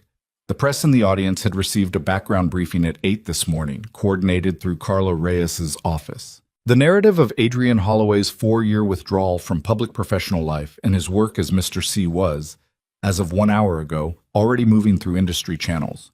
By the time the presentation ended, every journalist in this room would have the full context. Gavin had not been informed. Gavin was still talking to his attorney when the stage manager appeared in the corridor and said, "Ashcroft Group, 5 minutes. Tet." The presentation began at 9:17. Gavin walked onto the stage with his 2 associates flanking him, and took the podium with the comfortable authority of someone returning to a familiar instrument. The auditorium settled. 800 people directed their attention forward. The screen behind him lit with the Meridian submission title. Meridian Project, Ashcroft Group. And the room gave its collective murmur of professional anticipation. Elena was in the wings, waiting. She watched him begin.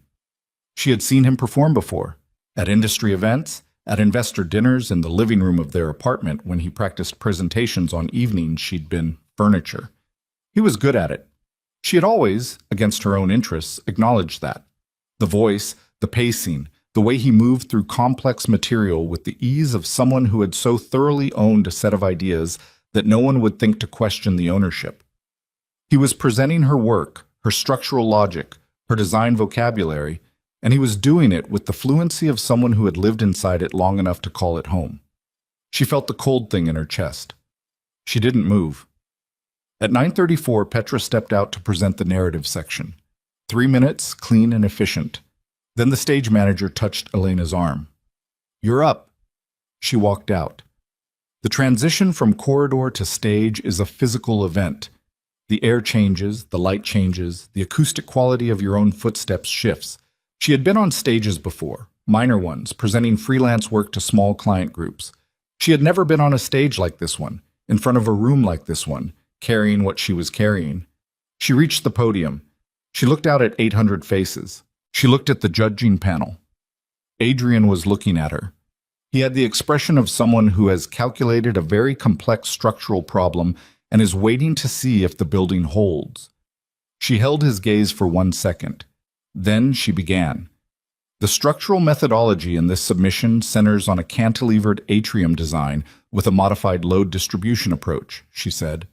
Her voice came out level and clear, the acoustics of the space doing exactly what good design intended. I'm going to walk you through the engineering logic, and then I'm going to tell you where it came from. She heard the shift in the room. Not sound. Absence of sound. A different thing. The specific quality of 800 people adjusting their attention simultaneously. From the podium, she saw Gavin's head turn. She opened her portfolio case. The load distribution approach in this submission, she said, was first developed in a series of private design studies I created between 3 and 6 years ago. Not for Ashcroft Group. For myself. She removed the first printed sheet, a reproduction of her notebook page, with its digital scan timestamp visible in the corner. This is a time-stamped scan of the original concept drawing, dated 4 years ago, stored off-site through an independent digital archive service. She placed it on the podium and looked up. The scan predates Ashcroft Group's first public filing incorporating this methodology by 22 months. The room was completely still. I have 3 additional examples, she said. The Kellner campus submission, the Hargrove District municipal proposal, and the foundational atrium concept in this Meridian entry. She laid them out one by one, each with its timestamp, each with the corresponding Ashcroft Group filing date beneath it.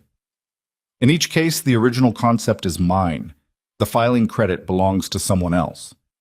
She heard it then. The first sound from the audience, a low collective murmur that had the specific quality of a room recalibrating. She heard, from somewhere to her left at the podium level, the sound of a chair being pushed back. Gavin was on his feet. His voice, when it came, had lost the performance quality. It was raw underneath, the way structures are raw when the cladding fails. This is a fabrication. This woman was hired 3 weeks ago. She has no Mr. Ashcroft. The voice from the judging table was quiet and carried anyway, the way certain voices carry in certain rooms. Adrian had not raised it. He didn't need to. Please sit down. Gavin turned to the judging table. He looked at the figure at the far end. He looked for long enough that the calculation was visible. The recognition arriving in stages. The professional identity assembling itself into the face he was looking at. He stopped. Adrian Holloway, Adrian said. Yes. He held Gavin's gaze with the specific steadiness of someone who has been waiting a long time to be in this exact position and has no interest in performing it. I've been a judge in this competition for 2 years under a different professional designation. The panel was informed of my full identity this morning. A pause. Please sit down, Mr. Ashcroft. Gavin did not sit down. This is staged, he said. His voice had gone flat. The performance entirely gone now, the raw operational core of the man exposed. This is a personal... This woman, I don't know who she is. She came into my firm 3 weeks ago with fabricated... Her name is Elena Mercer, Adrian said. The room went very quiet again. Elena stood at the podium and looked out at 800 people and did not move. She heard her own name from Adrian's mouth and felt it land in the room and felt, underneath the cold and the exhaustion and the 2 years of weight she'd been carrying, something that was almost, not quite, but almost, release. Elena Mercer, Adrian continued, was a designer whose work was systematically appropriated over a period of 3 years. She is also the patient at the center of a malpractice case against Hartwell Fertility Clinic, which reached a private settlement 8 months ago, involving the non-consensual administration of medication during her pregnancy. He paused. That case is connected to this one. The full documentation has been filed this morning with federal investigators and is simultaneously being served on Ashcroft Group Holdings through a civil action brought by attorney Carla Reyes. He said it with the same quiet voice, the same steadiness, like a structural report being read into the record, precise, sourced, without theatrical elaboration, because the facts themselves had enough weight. Sienna Vale was on her feet somewhere in the audience. Elena could see her standing 3 rows from the front, her face doing something it was not designed to do, losing its calibration, the assessment machinery failing in real time as the full picture assembled itself in public. In this room, in front of the people whose professional regard had been the architecture's entire foundation. Gavin looked at Elena. She looked back at him. This was the moment she had thought about for a year. She had imagined it many ways, with anger, with satisfaction, with the cold precision of someone delivering a final invoice. She had not quite imagined it like this, standing in a room full of witnesses, her own name spoken out loud after a year of carrying a different one, looking at a man whose face had finally run out of performance. He looked like what he was. That was all. The suit and the posture and the professional history he'd built on stolen foundations, all of it still visible, none of it sufficient. He looked like a man standing in a building that had just lost its load-bearing walls, who hadn't started falling yet but understood, in his body before his mind caught up, that falling was now the only available direction. "You have nothing," he said. To her, quietly, the way people speak when a room has gone so still that quiet carries further than shouting. "I have everything," she said, just as quietly. "I've had it for 8 months. I waited because I wanted you to be here, in this room, in front of these people." She paused. "I wanted you to understand what it feels like to have something taken from you in public." 2 men in suits appeared at the auditorium's side entrance. Gavin saw them. He was good at reading rooms. He understood what they were before they reached him, and she watched him make, in the space of approximately 3 seconds, the full calculation of his remaining options and arrive at the number 0. He looked at her one more time. She held his gaze and said nothing because there was nothing left to say. Everything that needed saying was in the documentation, in the timestamps, in the 12 years of honest work her father had done, that Gavin had spent 3 years dismantling one permit and one forged alliance at a time. In the hospital room that she kept behind the load-bearing wall and would keep there for as long as necessary. In the 9 weeks and the 6 days and the morning she'd stood in a parking lot outside a hospital and chosen a name. The federal investigators reached him. Sienna, 3 rows back, did not run. Elena had expected her to try. Instead, she stood and let the second pair of investigators reach her with the particular stillness of someone who had spent 3 years calculating outcomes and had finally reached the end of the calculable range. The auditorium erupted then, not with panic, but with the specific controlled chaos of 800 professionals absorbing a simultaneous structural failure and professional watershed event and trying to locate their response. Voices, movement, the press contingent rising from their seats with the focused energy of people whose entire morning had just become their career-defining story. Elena stood at the podium and let it happen around her. Adrian reached the stage. He came up the steps from the judging table and crossed to the podium and stood beside her, and she was aware of his presence the way you're aware of a load-bearing element when you're standing next to it, as something solid, something weight-tested, something that has proven over time what it can hold. He didn't say anything immediately. They stood side by side and watched the room do what rooms do when the truth arrives late and arrives all at once. Then he said quietly, just to her, "You okay?" She thought about the question. The full and honest answer to it was long and not finished yet. It would be unfinished for a while, she understood that, because some structural repairs take longer than the original construction. But in this room, in this moment, standing on the stage that Gavin had built and climbed and fallen from, with her own name back in her own possession and her notebooks in her bag and her father somewhere in the audience, "Getting there," she said. The legal proceedings took 7 months. Gavin Ashcroft and Sienna Vale were charged with wire fraud, securities violations, bid rigging on 2 municipal contracts, and, after the forensic accountant's full report was admitted into evidence, embezzlement from Vellum Partners' investor pool. The clinic's Dr. Voss faced separate charges connected to the medication case, brought under pharmaceutical liability statutes that Carla Reyes had spent 8 months assembling. 2 of the clinic's board members resigned before the charges were formally filed. The Ashcroft Group holdings dissolved within 30 days of the competition. Its project portfolio was placed in receivership. The investors who'd been routed through Crestline Advisory initiated their own civil action, which added 6 additional defendants and 3 additional charge categories. Gavin's attorney negotiated hard. Elena had expected that. She had not expected how little she felt watching the negotiation proceed. Not satisfaction, not vindication exactly. More like watching a building finally come down that had been structurally compromised for years, and feeling the relief not of destruction but of the ground being cleared. She testified twice. Both times she sat in the witness chair and answered questions with the same flatness and precision that had carried her through 6 weeks inside Ashcroft Group, and both times she walked out of the courthouse into whatever weather was happening and stood on the steps for a moment before going anywhere. The second time, her father was waiting at the bottom of the steps.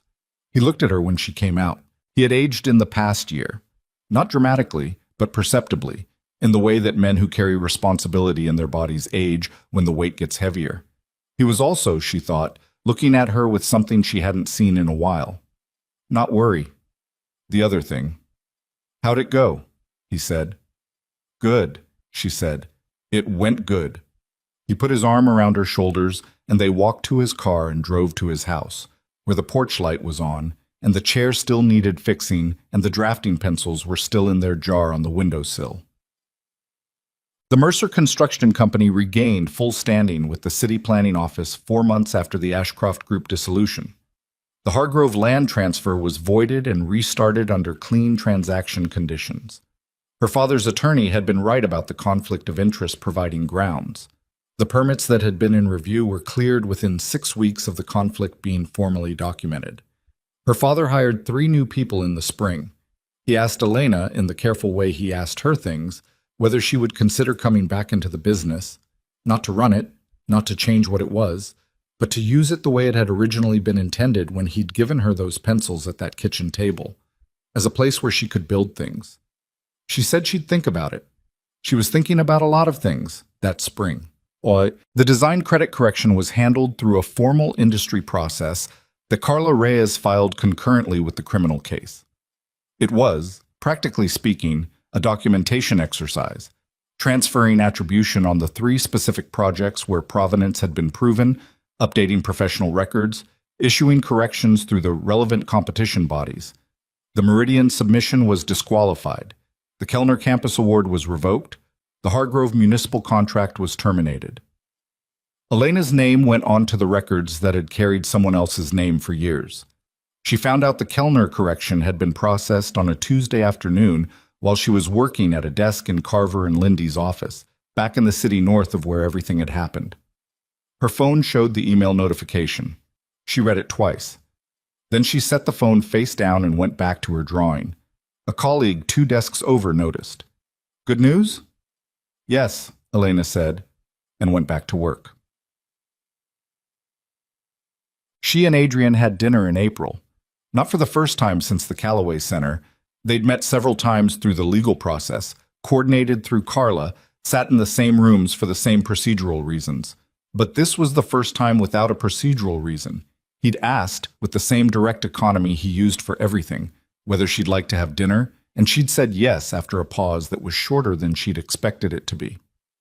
They went to a place in the Linfield district, not the cramped loud coffee shop from the year before, but a restaurant a few blocks from it. Small, unhurried, the kind of place that served food that was genuinely good without requiring you to perform appreciation for it. They talked for 3 hours. Not about the case. About work, mostly.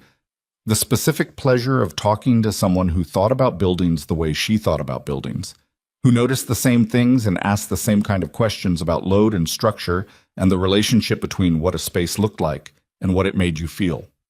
She had not had that kind of conversation in a long time, and she hadn't realized how much she missed it until she was inside it. At the end of the evening, walking back toward the park, he said, "I owe you something." She looked at him.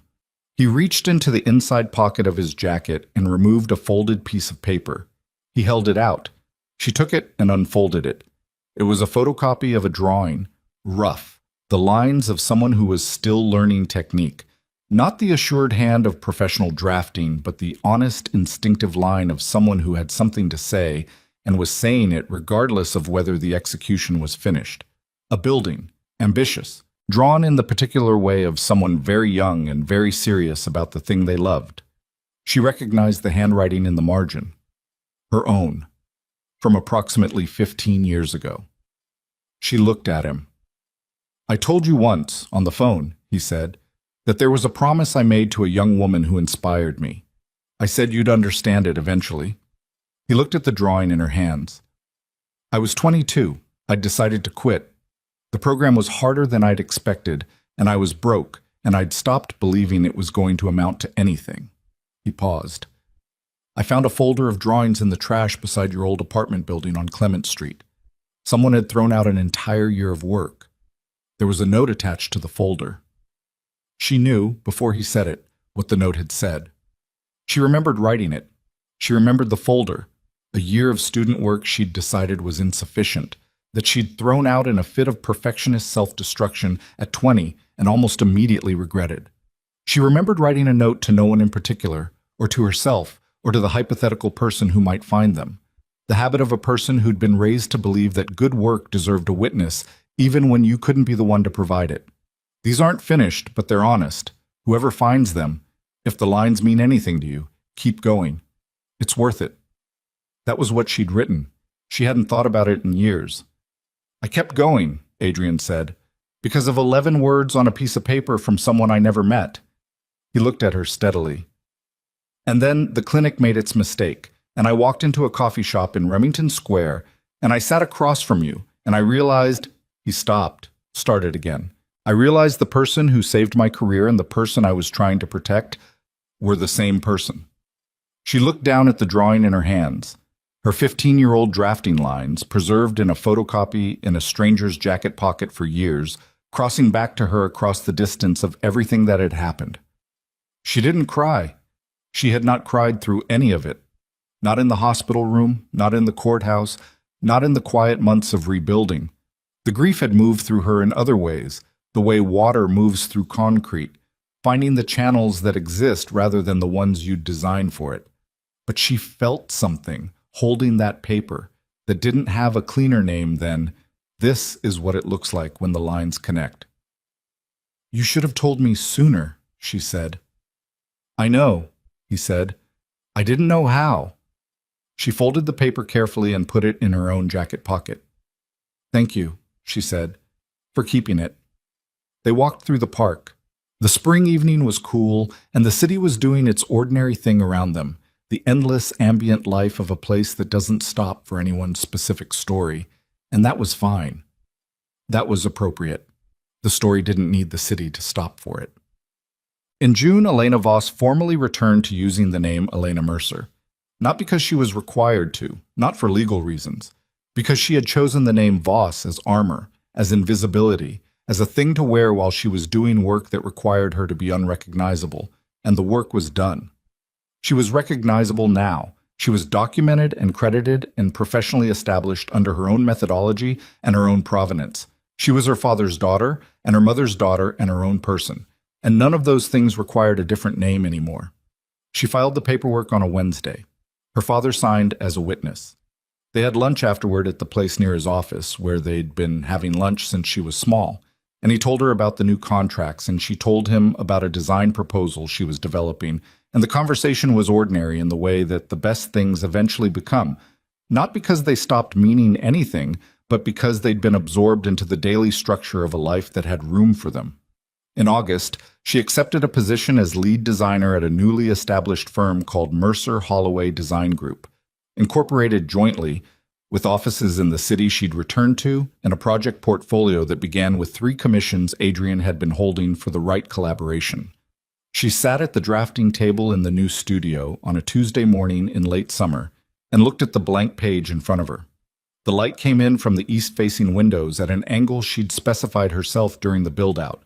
Outside, the city's skyline stood in its permanent arrangement against the sky. She picked up her pencil. She drew a single horizontal line across the center of the page. One honest line. Everything else starts from there.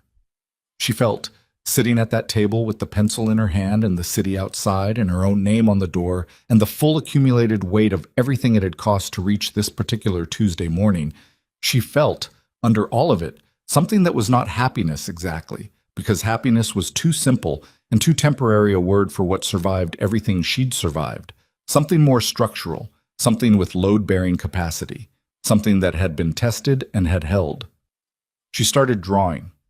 In the next room, she could hear Adrian on the phone, the voice she'd come to know by its qualities rather than its content, the specific register of someone thinking carefully before speaking.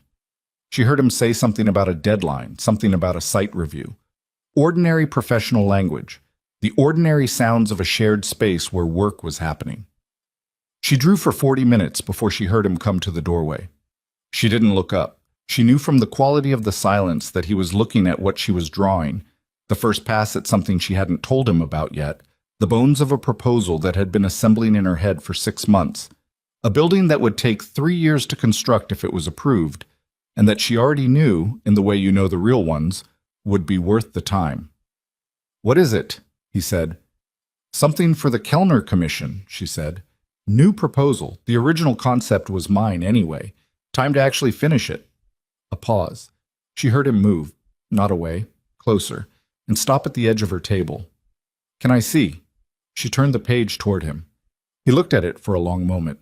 She watched his face do what faces do when something is genuinely good. The particular quality of recognition, the small involuntary intake of breath, the moment before professional assessment when the thing lands before the analysis catches up. "Yeah," he said quietly. She turned the page back and kept drawing.